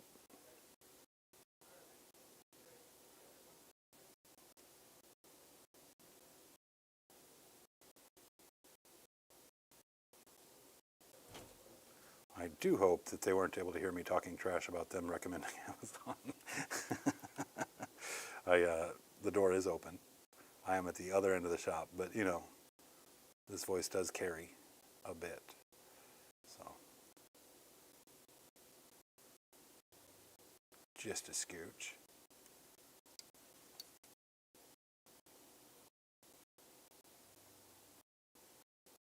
Yeah, most everything I do is from a matte perspective. I may come back and apply a satin varnish to the skin after I've matte varnished everything else to give the skin a slightly textural vibe. But that all is going to depend on how it looks once I've got my final matte coat on everything. Scale 75 is great.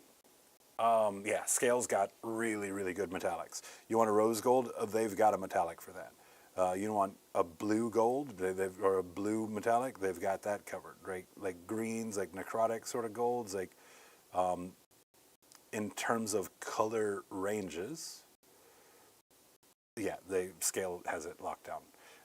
The problem with Scale metallics, again, not a deal breaker, just one of those things you have to prepare yourself for, is that they suffer from what a lot of other metallics suffer from, in the fact that you really need to thin them even to brush them, right? If you just slap them right out of the bottle onto whatever you're working on, they've got a tendency to kind of dry a little thick for me. But, you know, little airbrush thinner in them to get them where you want them to be, and they brush on pretty nice. But I'm also a big proponent of, instead of mixing colors, like I just talked about, taking some of that gold from Vallejo, mixing like a little pink into it to get your rose gold. If I can do something with a paint that's pre-mixed and not have to mix a color, I'm going to tend to lean in that direction. You know, you get more consistent output if you don't have to like mix colors. And if I'm doing an army or like something like a squad at a time, and I know that at some point in the future I'm going to have to come back and paint another one of those squads, what I don't want to do is have to try and refigure out my color mixes to get them to blend and coalesce.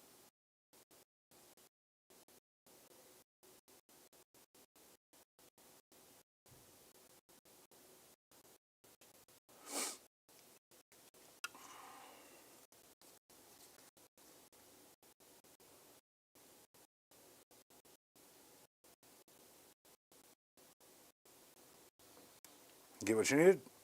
Nope, I need this again. Yeah, no worries.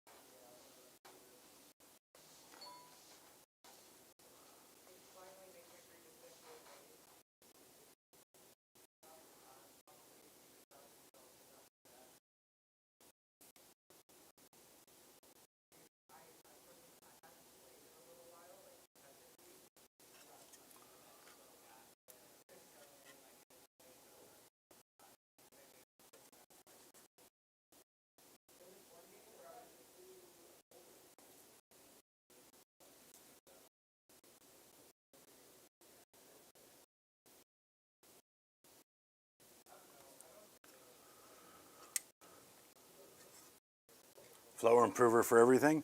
I don't think I've used flow improver in 2 years.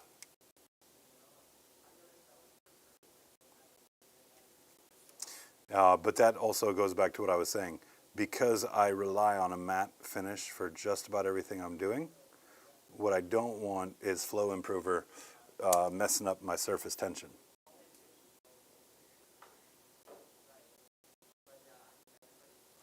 Because that's basically what flow improver is doing, is it's impacting the surface tension of the paint that you're working with and taking you from a matte over to a satin, or if it's a satin finish, from a satin over to a gloss. And there's a time and a place for all of it, but if you are doing any kind of like big blending or any kind of deliberate brushwork, then using a satin finish or even worse, a gloss finish over the top of it is going to have actual light reflections interfering with the work that you did. And for me, that's a no bueno.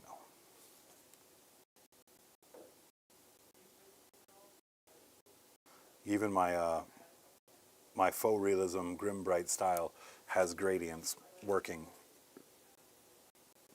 typically accomplished through an airbrush, right? And there's no better way to kill a gradient's impact than to have the light moving around as you turn the model. You'll see it as well with things like non-metallic metal. If you paint something up really nice non-metallic metal, and then you put a finish on it that has a reflective property to it, well then, the non-metallic metal, you think about what it's doing, is it's telling your audience exactly where the light is at any given time. Right? 100% light's here, light's not there. And if you have a reflective surface on it, then as you move it around, you've got the model saying, hey, the light's right here, but the reflective surface is going, nah, dog's over here. So it really just depends on what kind of project you're working on, really.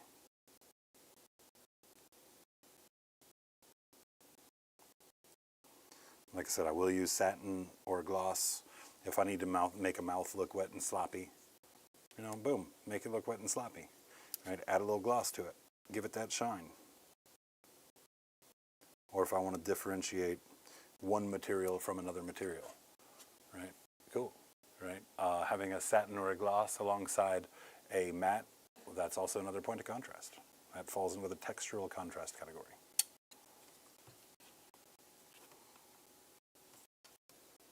All right, where was that piece that I saw that I had missed? Aha, let's go ahead and get it.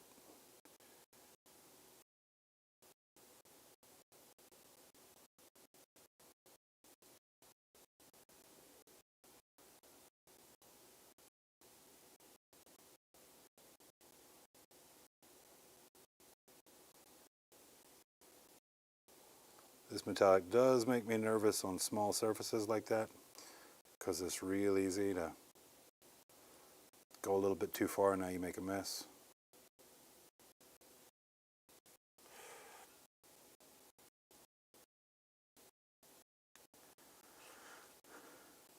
Cool. I think copper works pretty well with it. We are going to need to add some depth and complexity to it, which is getting that base coat in there tells me I think it was a good decision.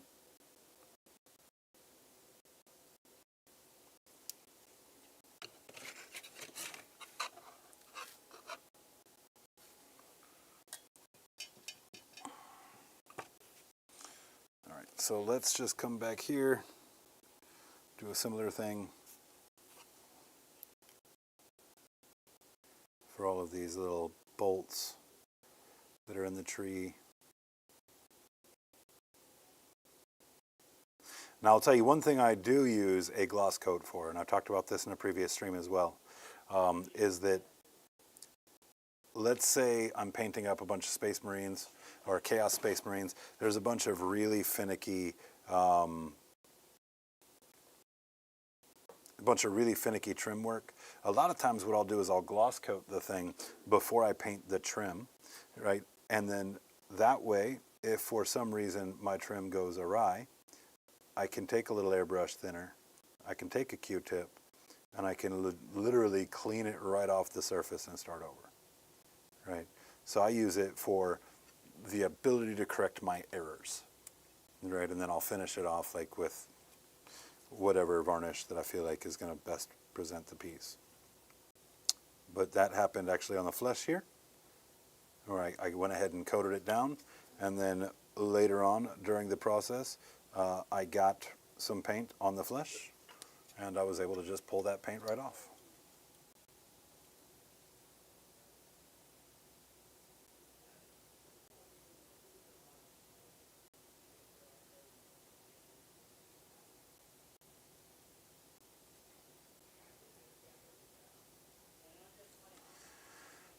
And I don't know how much sense it makes to have like the bolts or nails or whatever they are that are sticking out of the wood, how much sense it makes to have them in copper. I don't know if they'd be making hardware like this out of copper, but had I just done silver, it would have been kind of boring. And you're going to find that that's always the first thing that I'm going to use to make my decision. Would it be more interesting if I did something different? Let's pop out that purple pretty nice.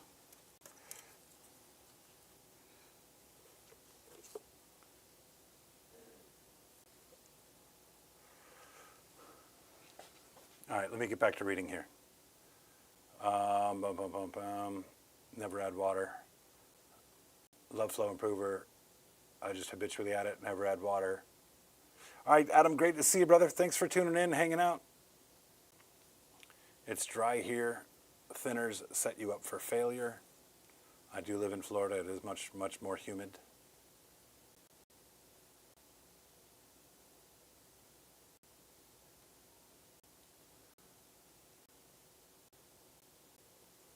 Yeah, no, it's fair. Look, I'm never going to tell you, like, do what I do.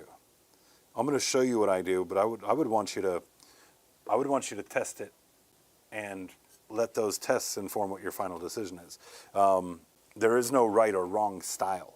And most of the time that I'm giving you directives, right, I'm telling you what I do or like what you should do or whatever, most of the time those directives are just for that reason, to give you my perspective, for you to then, you know, apply that to your own sensibilities and your own style and see what works for you.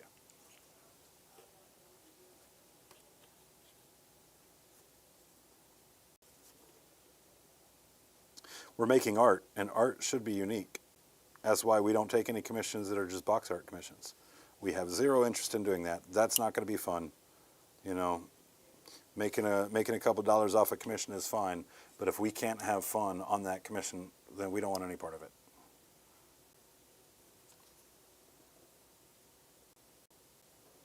It's the difference in mentality from like making art or manufacturing. Like, we don't want to be manufacturers. I don't want you to watch my video and just paint everything exactly like I do, because then you're just being a manufacturer. I want you to like see the things that I'm doing, extract the nuggets from it that are of value to you, ignore the ones that aren't, and continue to evolve and define what your artwork looks like.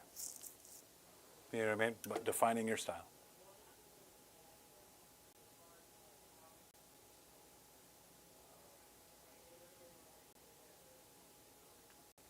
Still a lot of work to do on the face.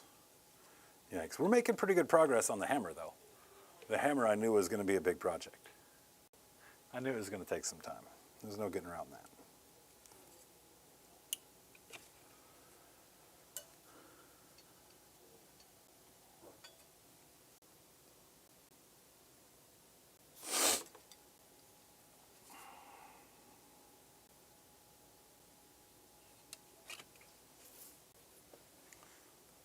Okay, so let's see here. I want to do some gold for that shield to go with the purple. So let's just grab a little bit of gold out. I said I wasn't a huge fan of the two thin coats. Oh, I'm sorry, not the two thin coats, the Vallejo gold. Dragon's gold here is basically the Retributor armor of two thin coats. It has pretty nice flow to it. It's got really good coverage, and it's got a very similar hue. Being that we only need a little bit of it, go ahead and grab that little bit of it, and then let's get in here and take care of this shield hanging from his waist.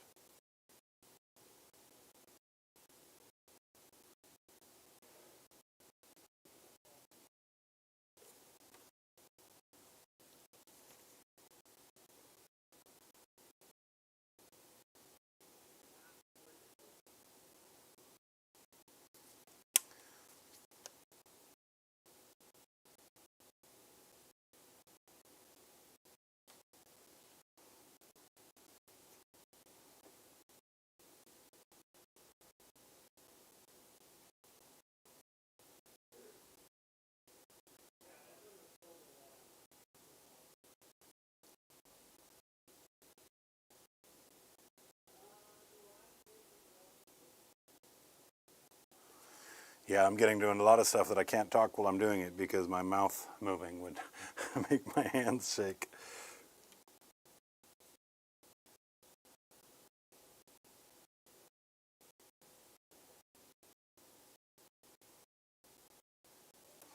Matter of fact, let's put our super seers on. Bam, bam, bam. The hobby version of paint goggles. Or beer goggles. I can't even get my own jokes.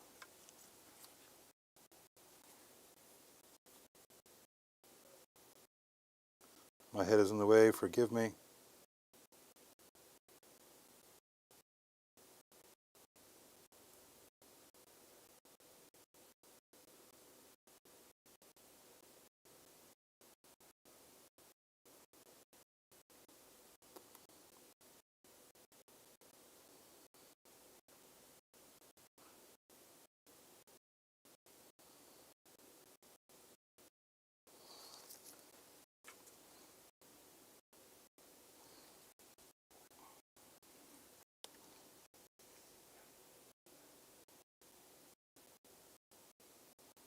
Okay, my flow improver statement.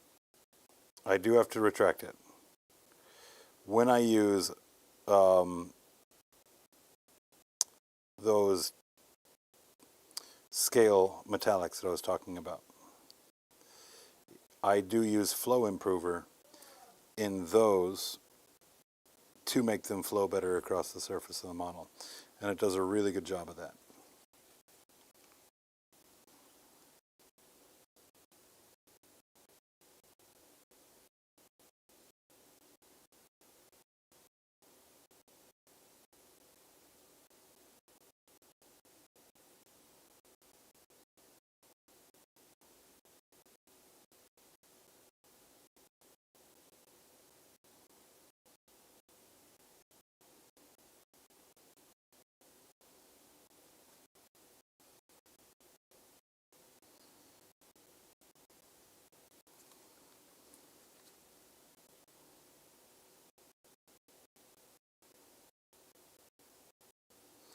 These magnifiers work really good, however, asterisk, I still have to put the mini so damn close to my face.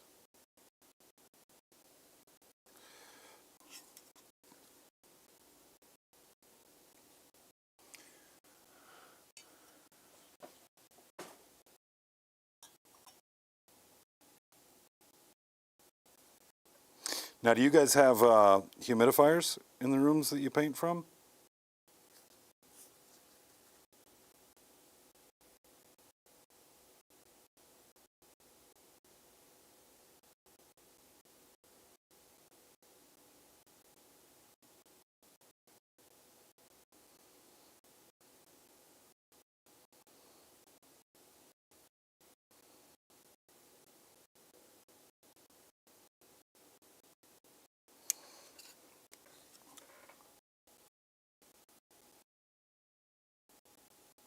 Tiny little weird dragon sigil thing.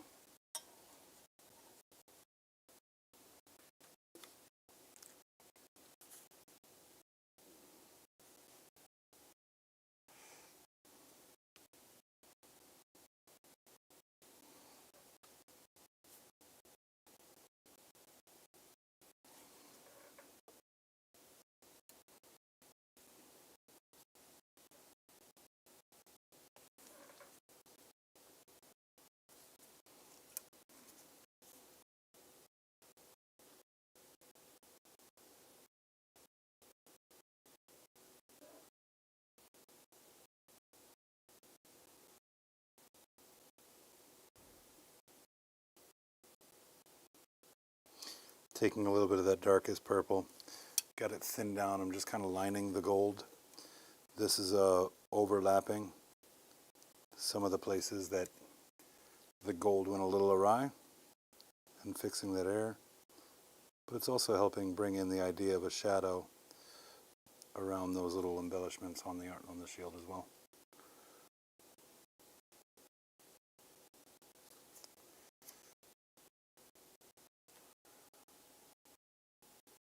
Just get it a little bit more crisp.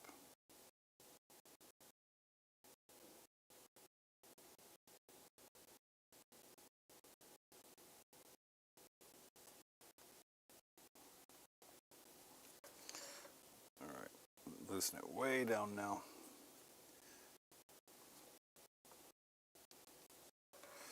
Because what I want to do now is just use it to blend these colors a little bit.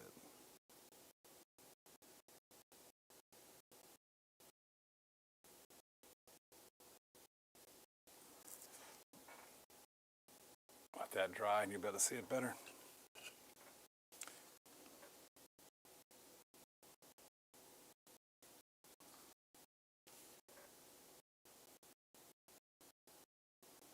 Add a little bit to that gold too, just to give it a little bit more dimension.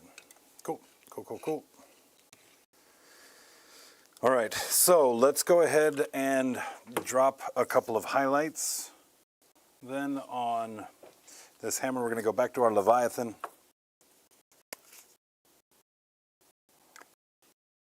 Back to our palette. We're going to loosen it up again. Big thing we want to do right now is just add our shadow to the rivets. The rivets.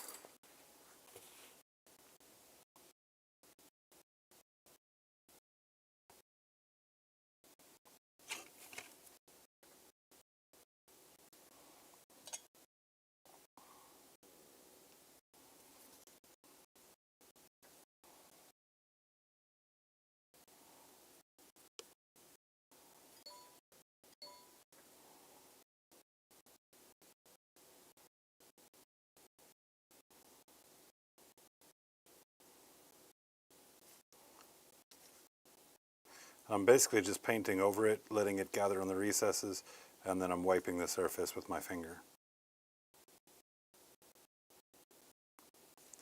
We are going to put a filter on here with that purple. But I just want to make sure that each of these individual rivets, you know, have that shadow on them, so it's not, so you don't kind of see the paint kind of folding over at that seam. If you can kind of track what I'm talking about.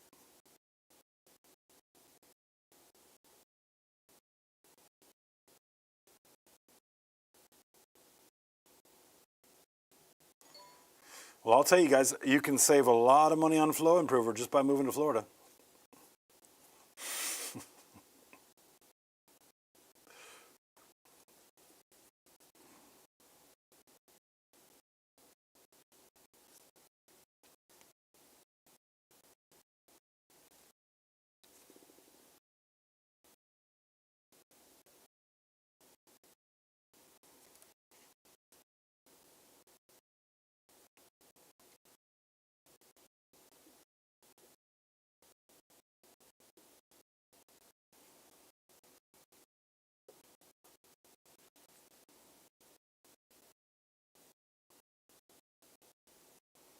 That's an easy fix, isn't it?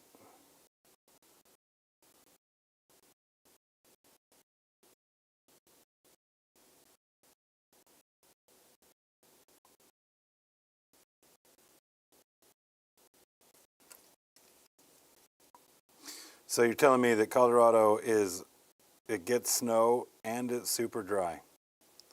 Yeah, Florida wins. Florida is better.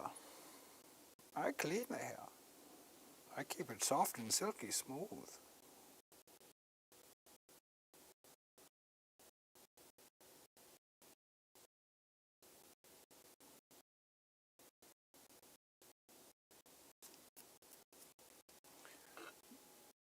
Just make those rivets stand up a little bit more.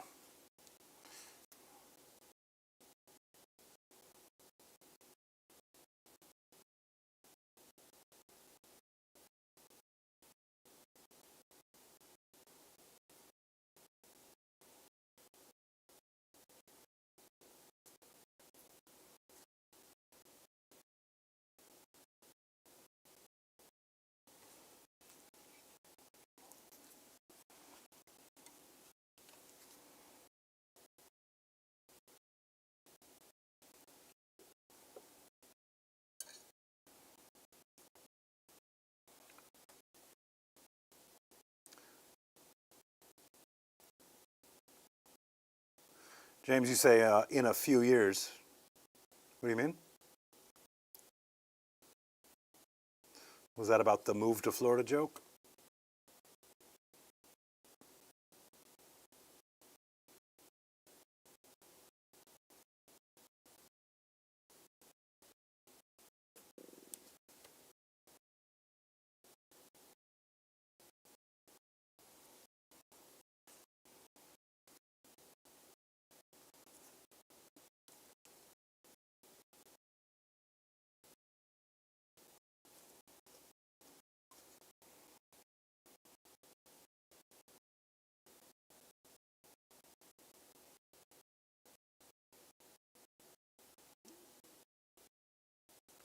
Trying to get down to McDill in a few years. All right.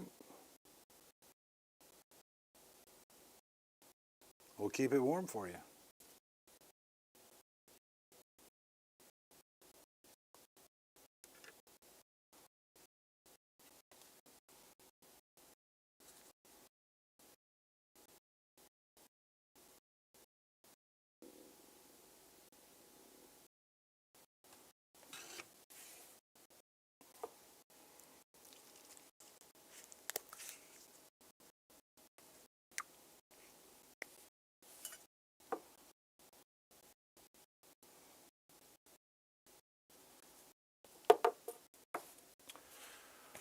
Tis finally quiet in the shop.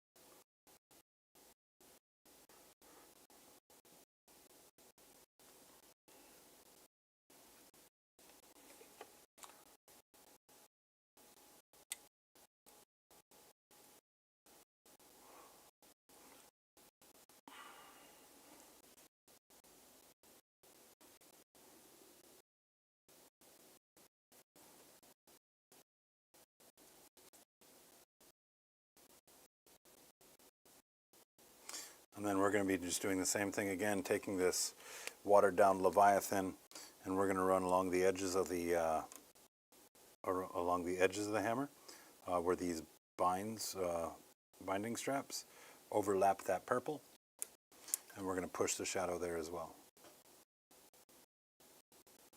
We're going to do it where the leather straps are not, those purple straps are not, but we're going to be much more careful not to have it overflow the rock. Being fairly generous with it where it meets the purple though, because that's helping us take care of those spots where the copper itself, kind of spilled over. So we'll just cover that area in shadow. But now you can really start to see the depth of it. Is Jacksonville, Florida? Let me see. I apparently got to go back. I'll visit. Never living there. Is Jacksonville, Florida, or South Georgia? The answer is yes.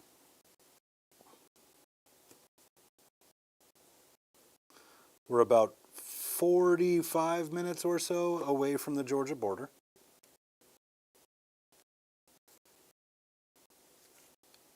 Very, very close. But when you think of Florida, you think of things like Fort Lauderdale or Miami or Orlando. So that's where the yes comes in, right? Is that we're a little different than a lot of the most popular Florida cities, for sure. I mean, don't get me wrong. Like Fort Lauderdale, we still have old people come here to die. Maybe not at the same rate that the South gets it. Like Miami, we still have a sizable Hispanic population.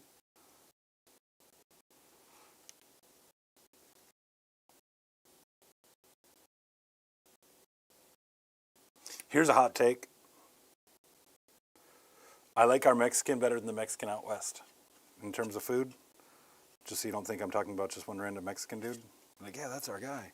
I'm not speaking to its authenticity. I'm not saying that it's more authentic or less authentic. I don't have that data to speak to that. But I've been impressed a couple of times with food, with Mexican food, in Colorado and Texas and whatnot. But I just, maybe it's because it's what I grew up on. But I like our Mexican food better. I had some of the worst Mexican food I've ever had in Amarillo on our way to Vegas. I was like so excited to we're going to stop in Texas. We're going to get some Mexican food. I stopped being excited as soon as the food got there. I told Natalie all about it last time we were in Texas when we went out to eat. I don't know if you remember that story, Natalie. Oh, man, we're so close, guys. We're so close. That really did turn out pretty nice, I will say.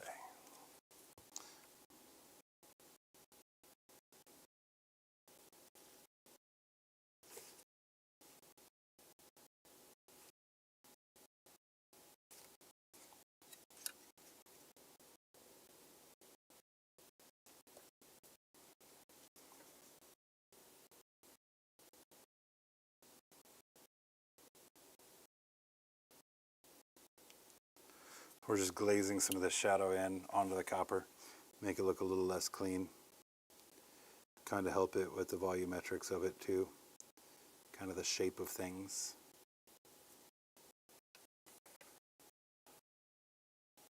I want you to see this bend, but I don't want you to see it with a solid layer of purple.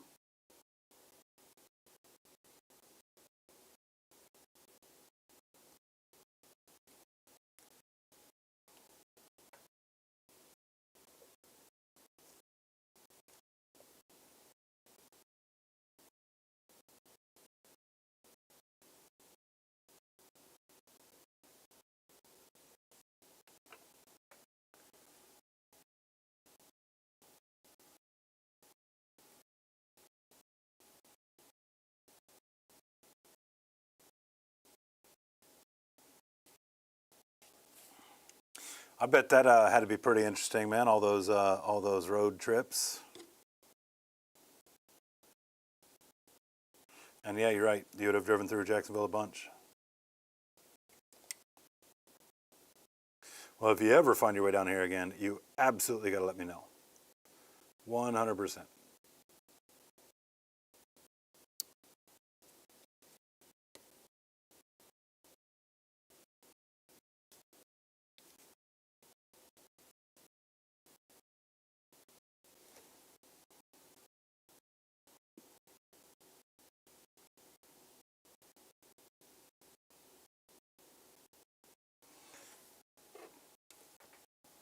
There we go. Looks a little bit more aged now on the copper.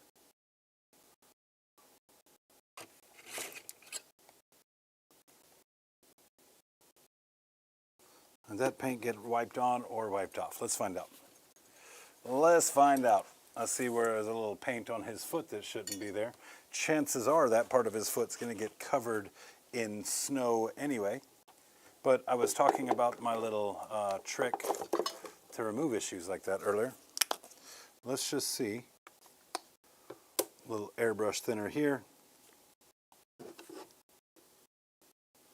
I can't tell if that was, again, paint wiped off or like chipped off, or if that's paint that got applied right there on his foot. So we'll see.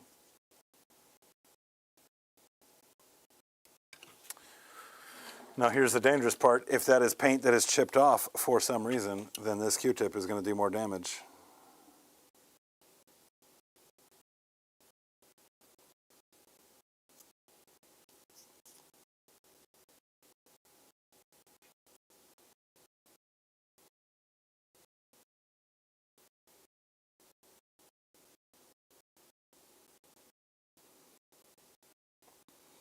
Yep, that's okay. That's okay. He's going to have snow up that part of his foot anyhow.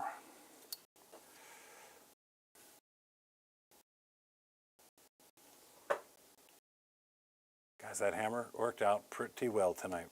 Worked out pretty well.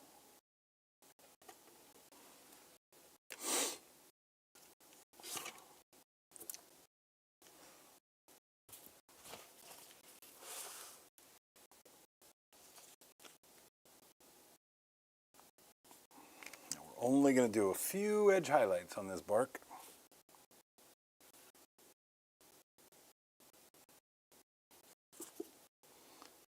Consistency. Okay, that looks pretty good.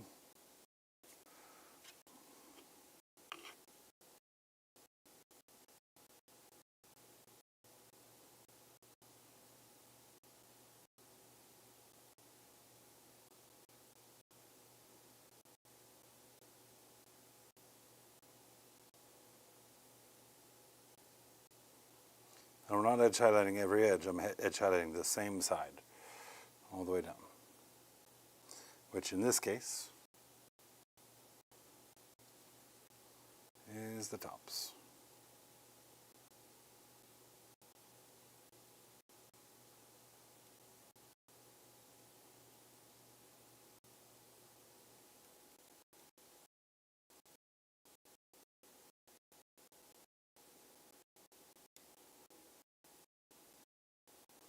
And this is somewhere that I could spend a lot more time. Edge highlighting this would add a lot of value to it. And if I was much earlier in the painting process, I probably would. But there are certain things that we might have to cut from like the best case scenario in order to hit our time frame.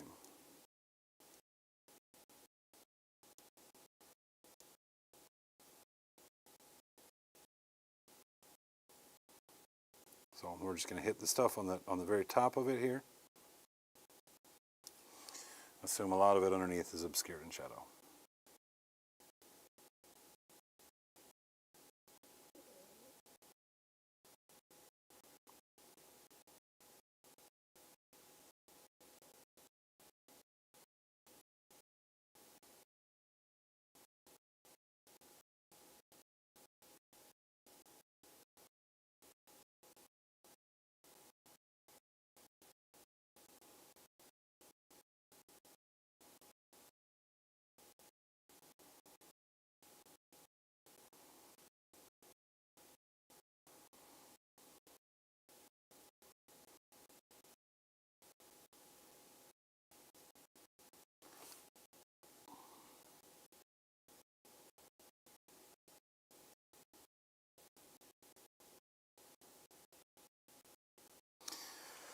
And truthfully, I don't know that it's adding a whole lot of value to it.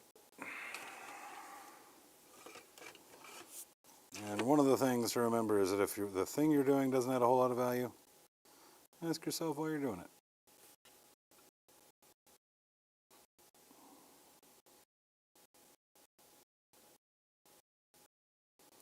And really, that's good advice for life in general, too, huh? That's not just painting advice. We're getting deep here tonight, folks. We're getting esoteric and existential. Let's go. I might know what both of those words mean.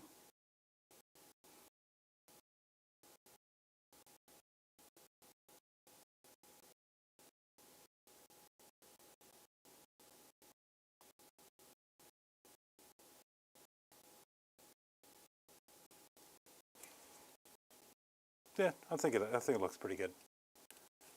So just to get an idea of highlighting the top, letting it cool off a little around the edge. All right, let's stand up. Let's stretch it out. Let's take a little inventory on what still has to be done. Bare minimums. What do you think of that shield right there going purple? I think that's a pretty cool idea. I think it's a nice little addition right there. Nice and subtle piece. Stand up, stretch it out. Maybe another hour in me.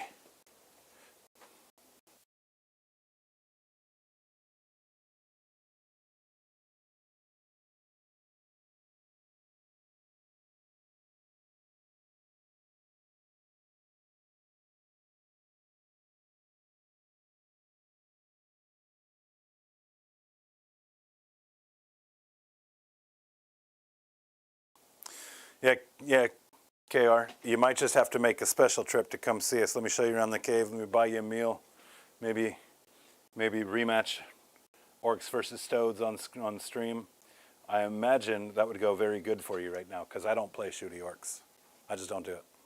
I refuse. I don't care how good the detachment is, how overpowered it is. I don't want anything to do with it. I'm old school, man. I'm old school.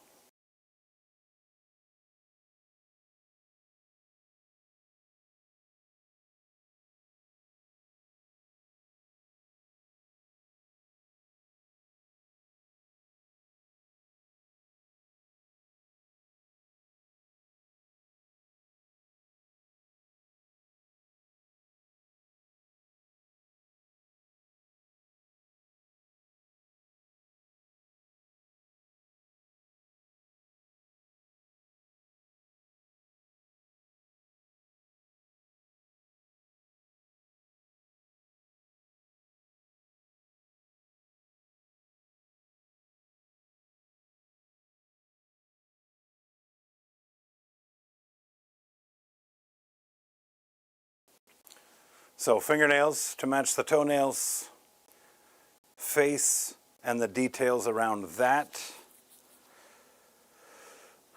Final filter for our shadow work. And I think I'm going to be pretty happy sending him off.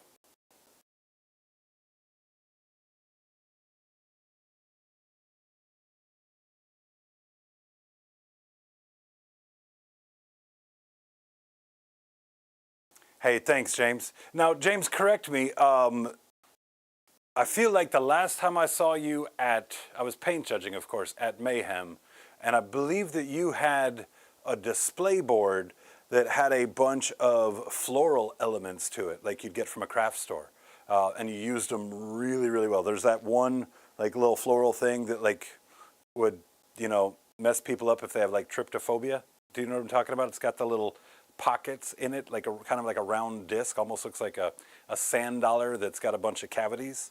Was that your work, or am I thinking of somebody else?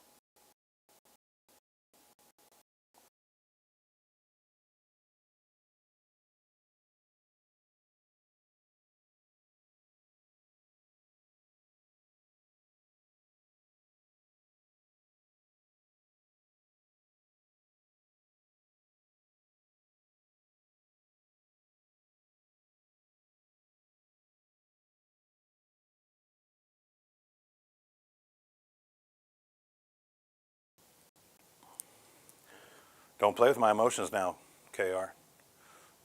Don't you dare play with my emotions. I think Natalie will tell you, we had a good time when she came and visited.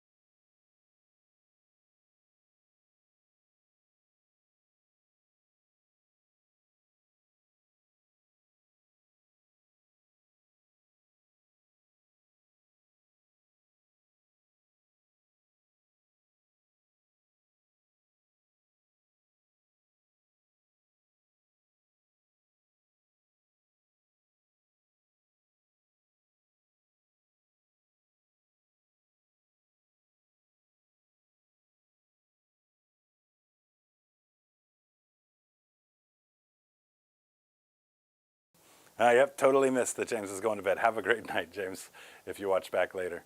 Definitely appreciate the kind words on the work here.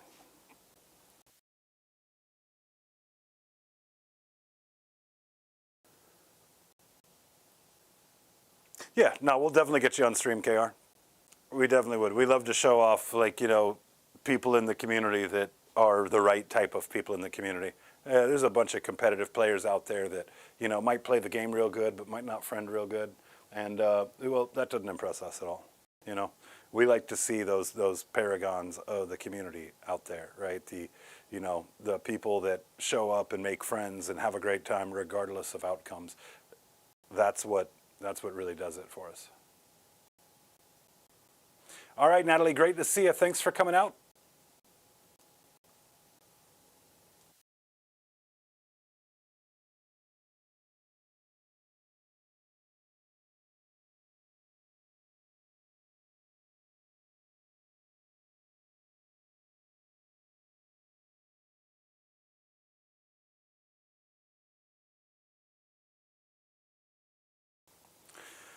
All right. So just noticed I have been at it for 4 hours on stream, and I think that that's enough time on stream tonight. We didn't get to touch the face at all. The face is the last big item that we've got to mess with here, right? I'm definitely glad we spent the time that we did getting the mace looking like we wanted it to. That I knew was going to be kind of a challenge, and we rose to that challenge, I think. And I think we've got something I'm pretty happy with, with no shortage of time spent on it. So fingernails and face are the things that remain. We're not going to get to those tonight. Let me see. It looks like I might better clean this off. I'll do this while I'm on stream with you guys.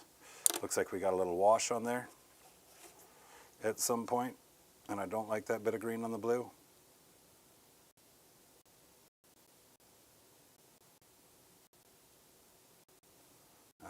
Doesn't look like it's coming up, and I don't want to pull paint. So, well, it's softening a bit. That's okay. But yeah, so I'm going to get this thing finished up. I've got stream time tomorrow. I'll be able to paint during stream.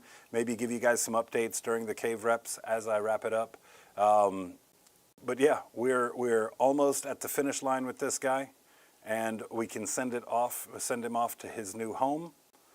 Something I'm looking very, very forward to. Yeah, again, JC, thank you so much for the opportunity to take part in, this fundraising. It means a lot for us to be able to be involved with it, and I owe that to you. So, thank you again.